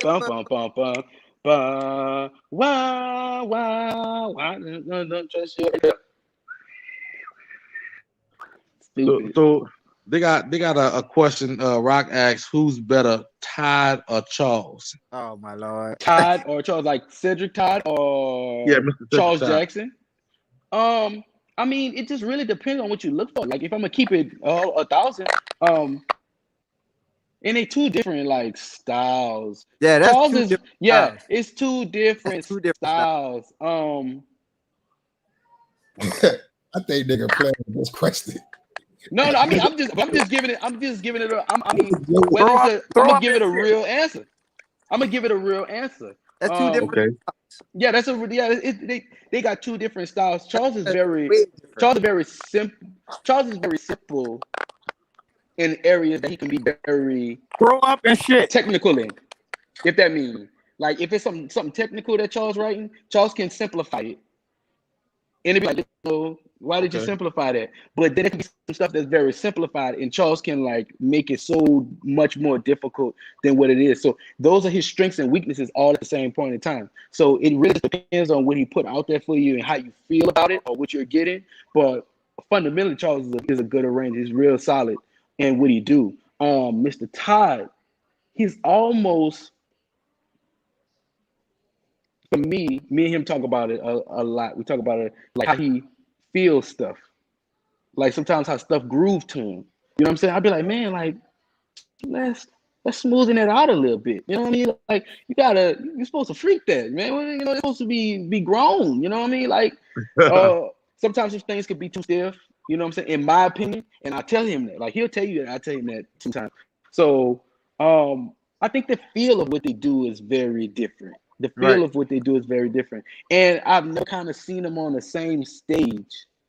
So because it's kind of hard when you never seen them on the same stage, because now you're comparing New Orleans All-Star Band to Southern University versus Cedric Todd to a Charles Jackson. You know what I'm saying? So I don't know. I would say too different to tell. I would say they both have some stuff that I like that they've arranged. They both have some stuff that I like that they've arranged. And just like anybody, there's stuff that you don't really, you be like, okay, I ain't really gel with that. I really vibe with that. Shoot, I wrote stuff that I don't really vibe with sometimes. So, and you know what? I think people don't allow arrangers to be like human. It's like sometimes they set a standard for arrangers that be so high. Like sometimes it's not even that serious. Like sometimes it don't even be that serious. Like I think it kind of be like people like like when you're arranging, like when I arrange, it's my interpretation of what I want it to be.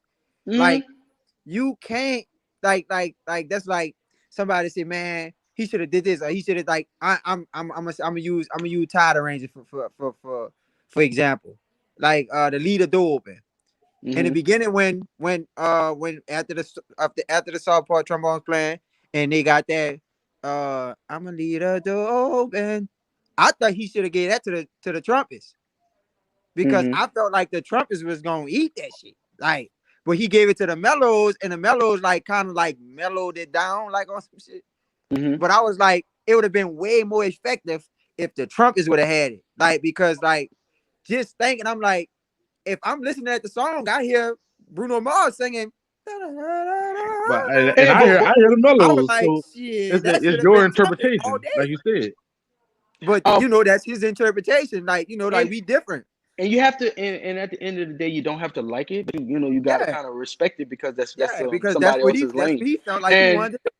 And like I say, man, my job as an arranger is to take music and put it in a form that's up for consumption for the regular person. You know what I mean? For the regular person. I want to write music that like anybody could enjoy. So sometimes some people give you a song and it may lack something or so you got to add 1,000 things to kind of give it some bump, give it some jump, make it do what it do. Sometimes the song got perfectly everything and you really ain't got to do much. You just got to be able to know how to assign stuff. And sometimes the song have so much stuff going on that you got to learn how to sift through and learn what to take away. So just knowing that it's just like cooking, man. You can like 2 different chefs' food. You cannot like cooking a pot of gumbo. Yeah, I'm pretty sure y'all, as much as y'all love Momo's, there's something that she just don't make like she used to.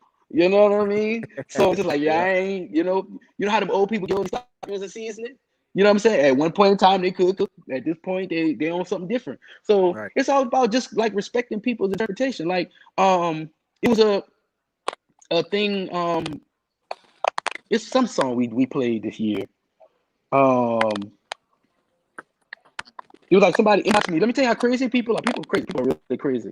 Somebody inboxed me from Talladega, and they was like, "Yeah, we play dive, and I dive better, and all this other stuff." Like they inboxed me that, and so I was just like, "It's really like it really get that real to y'all? Like you care that much?" First off, the disrespect for never mind. But watch it though. I already have my thoughts, feelings, judgments, whatever. But like again, I don't volunteer that. I just let stuff be what it is and let people fight over what they think is real. But my thing is like, do you really think I care that much about dive? You know what I mean? Been there, done that, did that first. You know what I mean? Like y'all found out we was playing, y'all came up with an arrangement, you released the arrangement. Who cares? But I was done with that last month, 2 months ago. You know what I'm saying? And I think that people really think that Erykah Badu said I'm an artist and I'm sensitive about my S, but at the end of the day, I'm sensitive about being an artist, but at the end of the day, man, on to the next. One thing about an artist, they waiting on the next hit. They ain't sitting in the old glory. So I think man, y'all be putting, I ain't gonna lie, I ain't saying y'all, but people put a lot of pressure on arrangers, bro. They really do. Like if I was a new cat in the game, bro, y'all will people nowadays will make me want to just pack my stuff and go home. Hey, look, people be they be talk in too about deep Kenny about it. Collins a lot. Kenny Collins is an upcoming I don't arranger. think it be pressure, Brian. I don't think it be pressure. I don't think it be pressure. Then what you think? Kenny handling that pressure just pressure on fine to the me. arrangers. Kenny is doing things that's it's off the chain. It ain't. So the pressure is it's basically it's this thing like oh, you must have got out. People also, bro, they Give us say a long pause. they try to discredit kid arrangements, and I be trying to speak to them from a personal experience. Telling them that kid is a different kind of kid is an arranger that make you gotta look at the paper twice. That he write things that musicians understand, and he coming from a church background and stuff like that, so chords, things like that make sense to him. And people try to discredit that, and I don't think it's fair for Mr. Taylor, for people to discredit his range because he coming from such a musical background on it. Well, I'm gonna say this, and I can speak on it in a great detail, but it's different, just how he hears music. You know what I'm saying? But he's not the only one like that. You know what I'm saying? Right. If y'all want to understand why he write the way he does, the things are the way they are, like go back and listen to Alabama State. Listen to Alabama State like 97, 98, 99. That's when Ralph Chapman was there. So that's like one of Ked's musical influences. So if you go back and listen to those bands, you'll hear a lot of those progressions and versions, type of things that Burger, mute your mic, Burger. Oh yeah, I don't think he can't hear yet. But like I was saying, you go to understand like how different it is or where it comes from. Or better yet, you go listen to Prairie View. If y'all go listen to Prairie View right now and y'all listen to like some of their full songs, the dude I'm talking about, Ralph Chapman, he writes for Prairie View. So it's some different versions and stuff. And yes, Ked is a church musician, but at the end of the day, that's his interpretation, and it works for whoever it works for. You know what I mean? But like you said, on the flip side, what you got to understand is, people have a right to their opinion. Some people just don't like certain stuff because they just don't like it.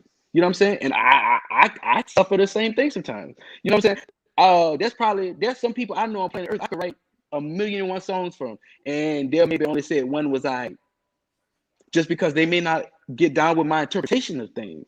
So that's what I say. You got to be tough. If you're gonna be on the next level and you're supposed to be the epitome of what an arranger is, then you got to be tough. You have to focus on hits and focus on meeting people, you know what I'm saying, with your music and touching and changing lives, and at the end of the day keep it moving. You can't try to please everybody because that's impossible. So Ked has a group of people who really get down with what he does, and music is music. We all just express it a different way. So everybody, you know what I'm saying, is expressing some music out here, but his is just different.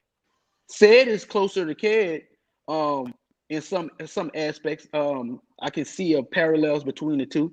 Sid does some stuff that Ked would normally do. It happens. So I think people just kind of like just need to chill out. But at the end of the day, if you like something, you like it. You don't, you don't. You have to give people that freedom. But Kenneth, you were saying some stuff about Kenneth. Kenneth is doing an awesome job. Kenneth is important because he fills in the gaps. As far as like just the game nowadays, man. Everybody, we're in the era now where everybody wants to be an arranger, but man, I hate to say this, the fact that man, everybody's not quality. So everybody hasn't reached that point yet. Everybody hasn't found what either works for them or found that some things don't work for them. Well, so Kenneth behind me, Thank you, Brian. as in my Thank you for saying this. I appreciate behind you for me saying this. in my age, you know what I'm saying? I just wanted to make sure I said that behind me in age. Kenneth is a few years younger than me, so he fills in the gaps of quality along the way. You know what I'm saying? So now you have somebody within the 24, 25, 26 range who's producing good quality stuff. So he's very important to the game, man. And I think people need to learn how to just respect people for their contributions. Disrespect the person for their contribution. You know what I'm saying? Like you may watch a basketball game. Okay, LeBron may have done this, that, or the other. He may have led with all the points and stuff like that. But throughout that, there's been people who played a significant role in that game during the same game in that same night. And you know, if you can appreciate it, then appreciate it. But if you can't appreciate it, you know what I'm saying, then just don't say nothing. You know, Brian, I got a question for you. Remember that time when I think Mr. Heyman let Kenneth pass out a song. I forgot what song it was, but I know he let him pass out. It was like a slow song. It was like a ballad. Yeah, it's slow song. And like he was gonna get a shot to shine right there. Like, you know, like Kenneth could do a lot of things, but I mean he's grown. He's grown a lot more since then. You know what I'm saying? I think the thing that I probably like the most about maybe Kenneth's arrangements and his interpretations of his arrangements is that they don't sound like something. It's a fair interpretation. You know what I mean? Right. A lot of times, like when you hear I can write something for New Orleans and people can be like, that's that Southern stuff right there. Listen to that. That's that SU. He sounds just like Southern. Yeah, and you know, that's fair. That's a fair assessment. Right. But they'll never just hear me for me. Right. They'll never just hear me for me. So Kenneth's benefit is that every time somebody hears music, they're hearing him for him. Yep. You know what I'm saying? They don't have to associate a school or an entity or anything with his sound. And I think that he'll do good just in any arena. Yes. Like, man, you know, I'm gonna tell you this, like, especially with us being so young and like generations before us being like so messy and catty and stuff like that, man, people really want our generation to hate on each other. They want that. But I don't hate on no man. Like, you know what I mean? If I like something, then I like it. If I don't, then I don't. But that don't mean I gotta hate on you. That don't mean I have to, you know, close a door for you. That don't mean I can't acknowledge the good things that you do, you know? So, man, I'm trying to abolish all that. From my age group on down, I'm getting rid of all of that. Right. Johnny, you had a question, Johnny? Yeah, I got two questions for Brian. First, I don't know if you said this, but how old were you when you started arranging? Age maybe like 13, 14. And that was just out of just interest. You know what I mean? Like I said, man, you know, I played, you know, music, man. Like first band songs I ever played was Hearts to Heart by Earth, Wind & Fire. And it said Lawrence Jackson on the paper. And I was like, I don't know who this guy is, but I want to do what he do. You know what I'm saying? So I just kind of experimented with it a little bit. And then when I found out these dudes was black, and I was like, these dudes do their own thing, and they got they write their own music, man. They got nothing for nobody. Like these just regular people like me. I could do this. And so it just kind of like scratched the itch for me. So I would say about 13, 14 probably. And how do you feel over the years? I let me tell you something. I love the confidence. I love, like, when you say it's Brian Simmons and everybody else. I think whatever you do, everybody, you should feel like that. You know what I'm saying? Like, I would love that, because that just pushes you to be great.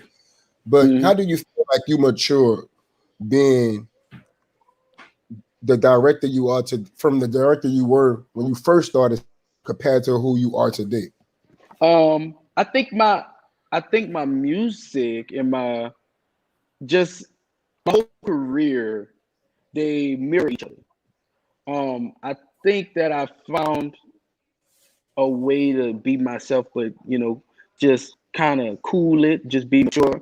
I know when I need to come up out myself with somebody's real, like when they really asking for it. I know sometimes I need to bite my tongue. I know sometimes when I need to speak up for something that matters. Sometimes I realize that this is not in my best interest. You know, sometimes you need to just be quiet and just kind of let things ride and be the way it's supposed to be. So as I've kind of grown as a man, as I've kind of gotten more control as a man, you can listen to music here. You know what I'm saying? I'm more intentional with the things that I do. I don't just do stuff because, oh, you know what? I was like, I used back in the day, I used to write somebody, I'm like, oh, I'm putting a note right here just to scare people, just to get something out of it. And it worked and it got it. But now I'm more methodical in what I do. You know what I'm saying? So learn the channel. And, you know, when I was a hothead, man, I still am, but I don't get as hot as I used to, not as often. And I don't go off as much. And this is just in everyday life. So my music was like that. It was very intense and very in your face. Now it's intense in your face, but it's more intentional. So I think I'm just more precise with what I do now. You know what I mean? Like before I mess over somebody with the pen and, or with the band, and I mess over somebody and they'll be like, you know, well, how you did that? I'm like, I don't really know. Like I know what I put on the paper, but how I got that effect, I didn't really know. Now when you ask me, well, how do you get that? I can tell you exactly how I got it, why I wanted it, what it was supposed to do. So look, this is the crucial conflict. So I got to ask you this question. I was about to get one too. So look, when first got Southern. Would you say something? I said Southern. I said when you first got Southern, when you first became a sister band right there at Southern, I know you received a lot of like hate and everything. People didn't agree that you should have the job, and some of the people that supported you in the beginning, they turned their back on you. How did that make you feel in that particular moment? And honestly. Oh yeah, I can honestly say, in the beginning, like when I first got the gig, I was very callous. You know what I'm saying? Like I was a rough guy. Like, you know, I was a rough little dude. So I would be like, okay, you know, this person said, man, whatever. Don't worry. I'm gonna get him. I'm gonna show him with that music. And so as I started just to get into it more and get the groove more, and like you say, just when you get to that middle portion, like that middle portion of my career, if it's been 8 years at Southern, in that 4th and 5th year, you know, you get people who kind of go another way, or you get people who you still can't please, and you have a moment, you have a sigh, and it's kind of like, damn, like I done did all of this, and y'all still ain't happy. You know what I'm saying? Like you're still not happy. So you know you go through that. And I probably kind of went through that. I went through. So you mean to tell me it didn't get to you at all? Like in the beginning, no. No, you put it on the paper. That's what it was. Yeah, you just shut them up with the work. Like you're mad at me because I'm doing something that you can't stop from doing. You're dumb. Either way it go, what I need to be stressed out for? You can't stop me. You can't take my job away from me. You know what I'm saying? You think about it, Johnny? That year, he put it all on the paper, dog. It was, man, we were playing some shit. And so what I've learned now is I've learned how to tell stories with the pen. That's what I learned how to do. You know what I mean? I learned how to tell stories with it. So basically, I could write a song. You not even know where I'm coming from, what's going on, but when you hear it, you're like, I understand you. So now I don't have to do all of that no more. Man, I remember I went to the New Orleans battle. It was New Orleans versus Jackson. It was that year Jackson smashed. 2014. In Dillard, that was Dillard. When the people came out on steroids like Psycho. Well, look, the funny thing, bro, let me tell you, this is the funniest thing about that battle band, bro. I was in the audience, and so like this lady, she just hood, she don't know nothing. She heard about the band, she bought a little ticket, she wanted to come. So later, it was like the end. I think Jackson was playing like Hocek or something, and so the lady like tapped me on the shoulder. She was like, "Hey man," I was like, "What's up?" She said, "You know to this band stuff?" I said something like that. She said, "Hey man, which band is New Orleans? Because I'm confused." You know,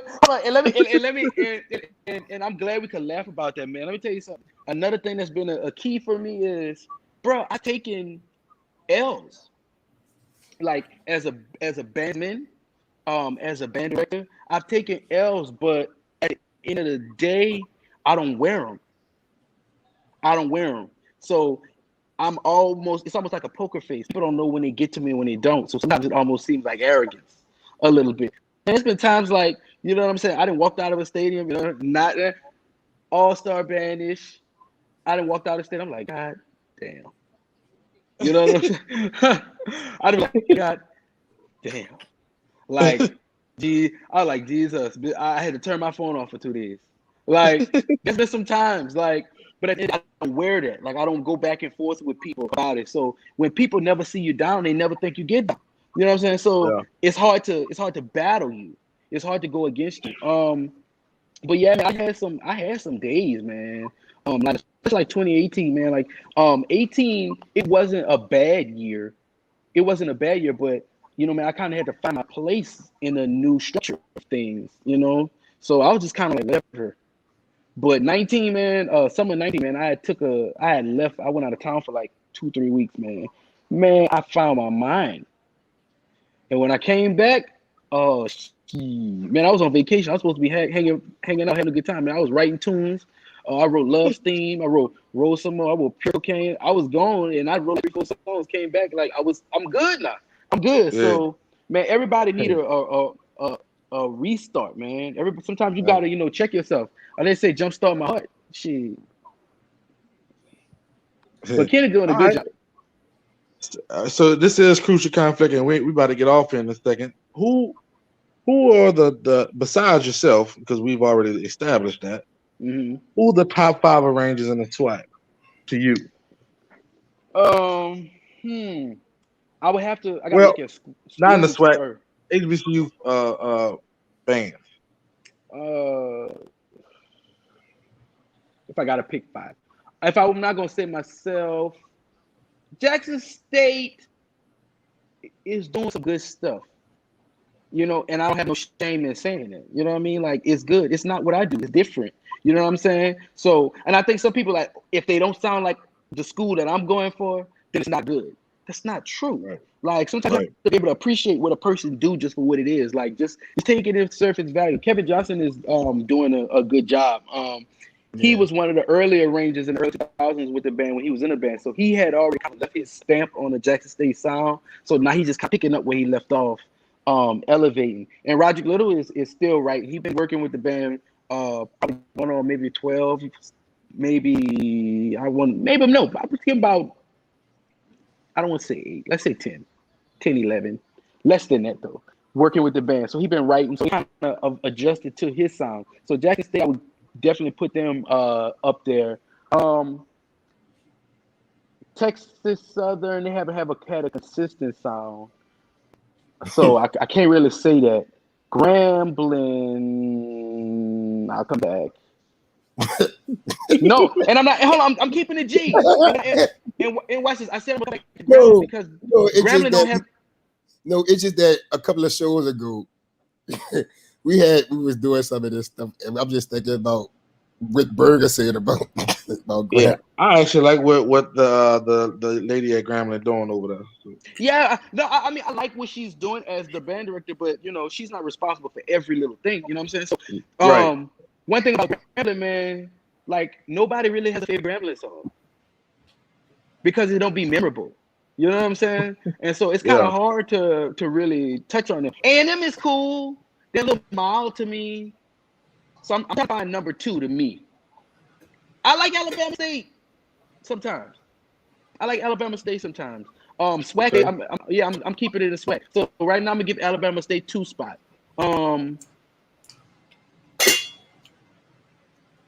Prairie View, sometime. I get 3. I'll get it 3. Alcorn is hit and miss. That's it. I'm gonna give A&M 4 right now. I'm gonna give Alcorn 5. So, not including Southern, Jackson State, Alabama State. Who did I give 3 to? Prairie View 3. Alcorn is 4. 5. Okay, so hold on. Let me be fair. We got any schools in Alabama, not just SWAC. Like Miles is okay. Miles is okay to me. It's just kind of bipolar. sometimes. Yeah, that's what I say. What Yeah, it's about kind of Taylor bipolar. Taylor? Hey, Like you have the sweetest song going on. It'll be nice and melodious. And okay, I think I'm following you. Then I don't know where the tubas go. Bing, bing, bing, bing, bing, bang, bang. Then like people start screaming. I'm just like, okay, like it's hard It's like to a follow. hard metal. Yeah, it's hard to hey, follow. So I can't really say. I like I like Tennessee State. I like North Carolina A&T too. I like North Carolina A&T when Johnny, they what you have. said? I like North Carolina A&T when they have their band room sound. When they sound like they sound like the band room, because they don't sound like that nowhere else. They don't sound like that nowhere else. So which I don't know. I don't know. I don't want to say anything. I don't want to say anything, but they just don't sound the same. Like, the band room is like great. Outside the band room is janky. What about Tennessee State is Talladega? good. Tennessee State is good. Hold on, let me get on Talladega after. But Tennessee State is good. I like Tennessee State arrangements. I don't like their drum. I don't like some of their drum parts sometimes. It be kind of blockish.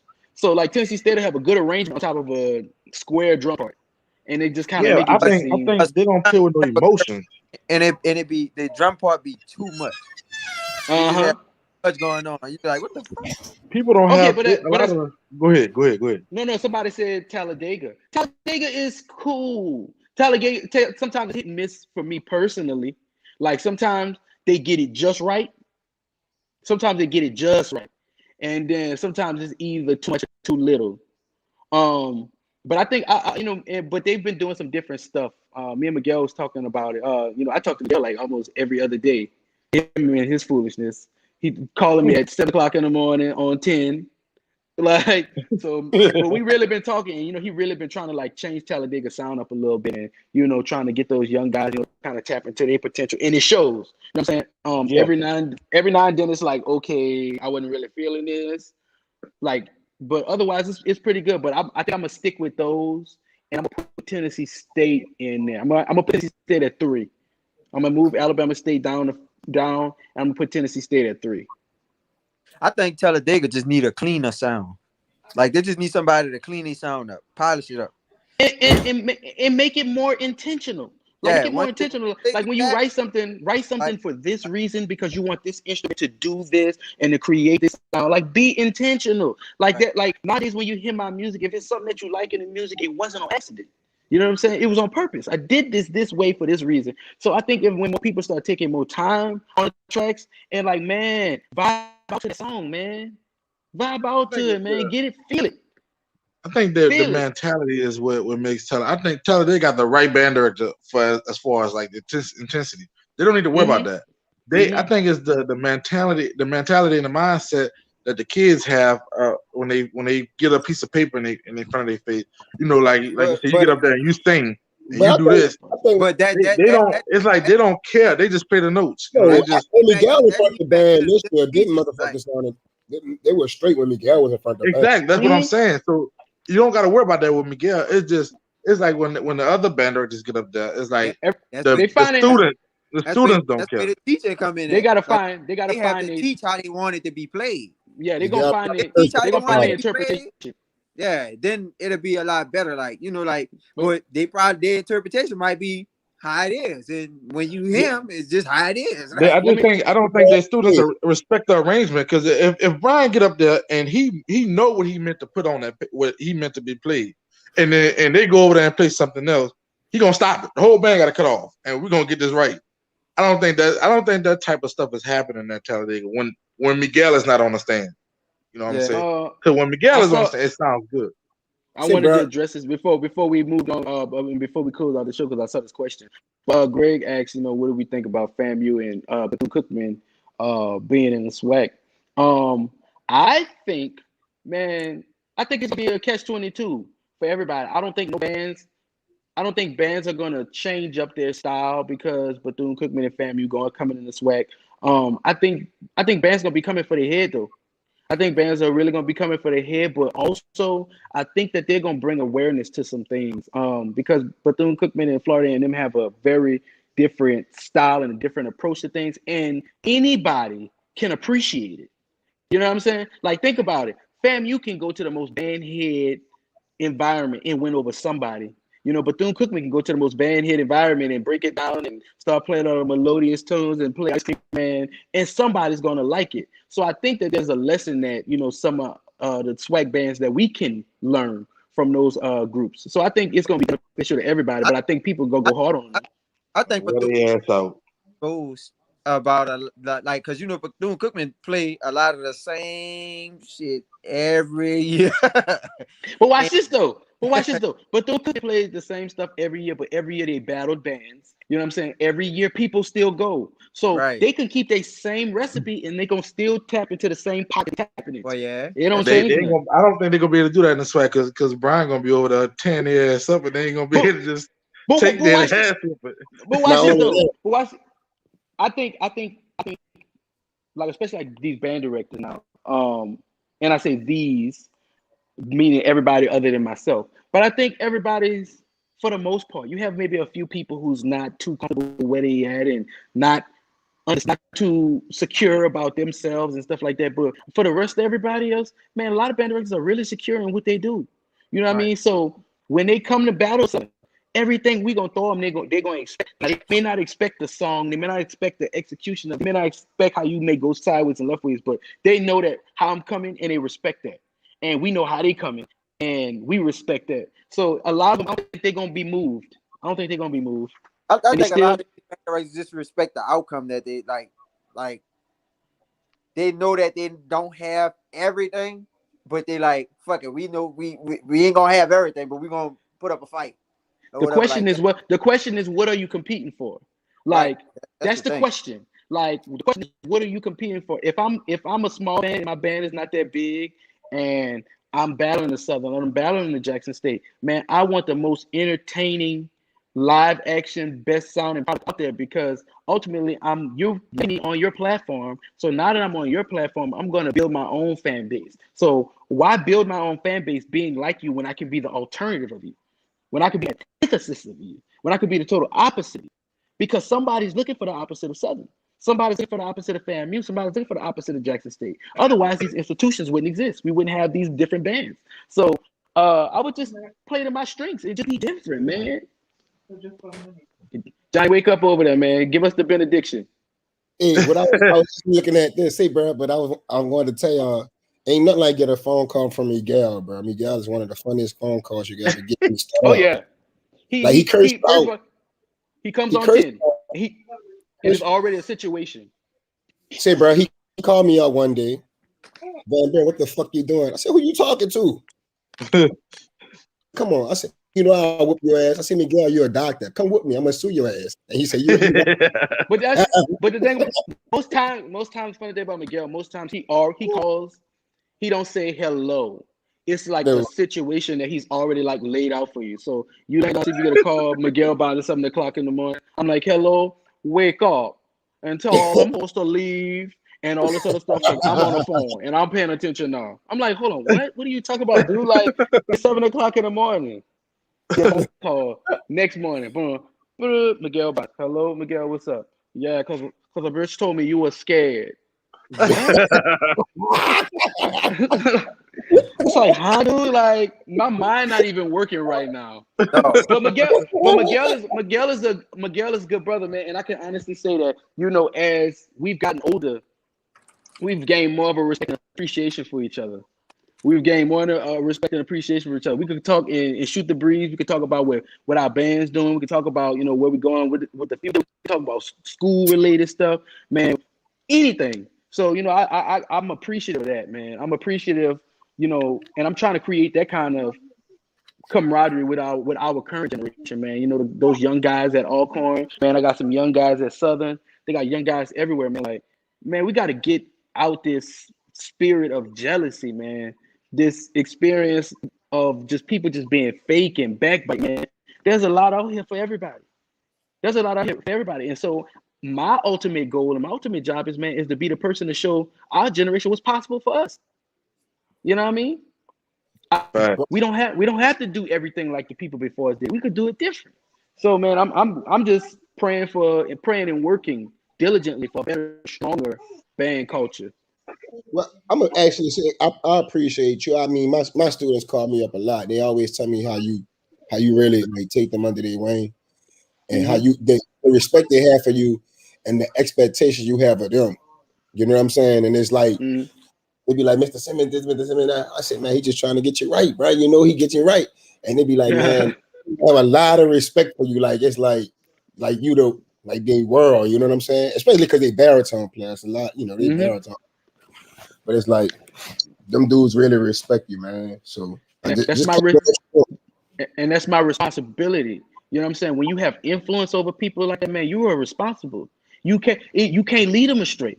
You know what I'm saying? Like you have to do what's best for them at all points. And what I mean by what's best for them, I'm not talking about live your life and in accordance to what's best. But anytime somebody come to you, any chance that you can do to help them or come through for them, man, if you're responsible for those kids, man, and you know you understand that they look up to you and at you for ways to go, man, keep it real with them.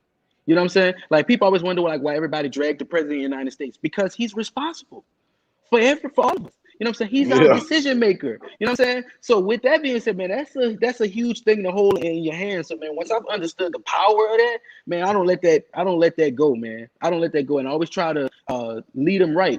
And most of the times when they do something good, I don't tell them to later on. I don't tell them later on. That's the kicker. I don't tell them later on. Like they'll play something, it'll be right, man. It was on point. I'll hold it in. I talk some trash for a week, hold it in for another week, and 2 weeks later, I'll be like, hey, remember that 2 weeks ago? It was like, yeah. I said, y'all did that shit. But you know what I'm saying? But not realizing 2 weeks later, you're better than what it was before. Yeah. But Brother Van Buren, give us a benediction, man. I didn't even realize it was late. I forgot I got on late. But it's another episode of Crucial Conflict. Thank you, Brian Simmons, for coming on. Anytime you want to come on the show. Hey, man, anytime y'all need me, man, just hit me up. Let me know, man. I always come to y'all. Man, about 2 weeks ago, man, your people came preach that at church, but that's another story, man. We're going to get you on to one of our video review sessions where we review some videos of some different arrangements. Yeah. All right, I'm with that. That'd be fun, and I'll keep it G too. Also, all Orleans Parish singers that's out there, make sure you sign up for this care package that Know the Legacy have for you. They did all this hard work to provide these care packages for y'all. All you gotta do is register. All you gotta do is register.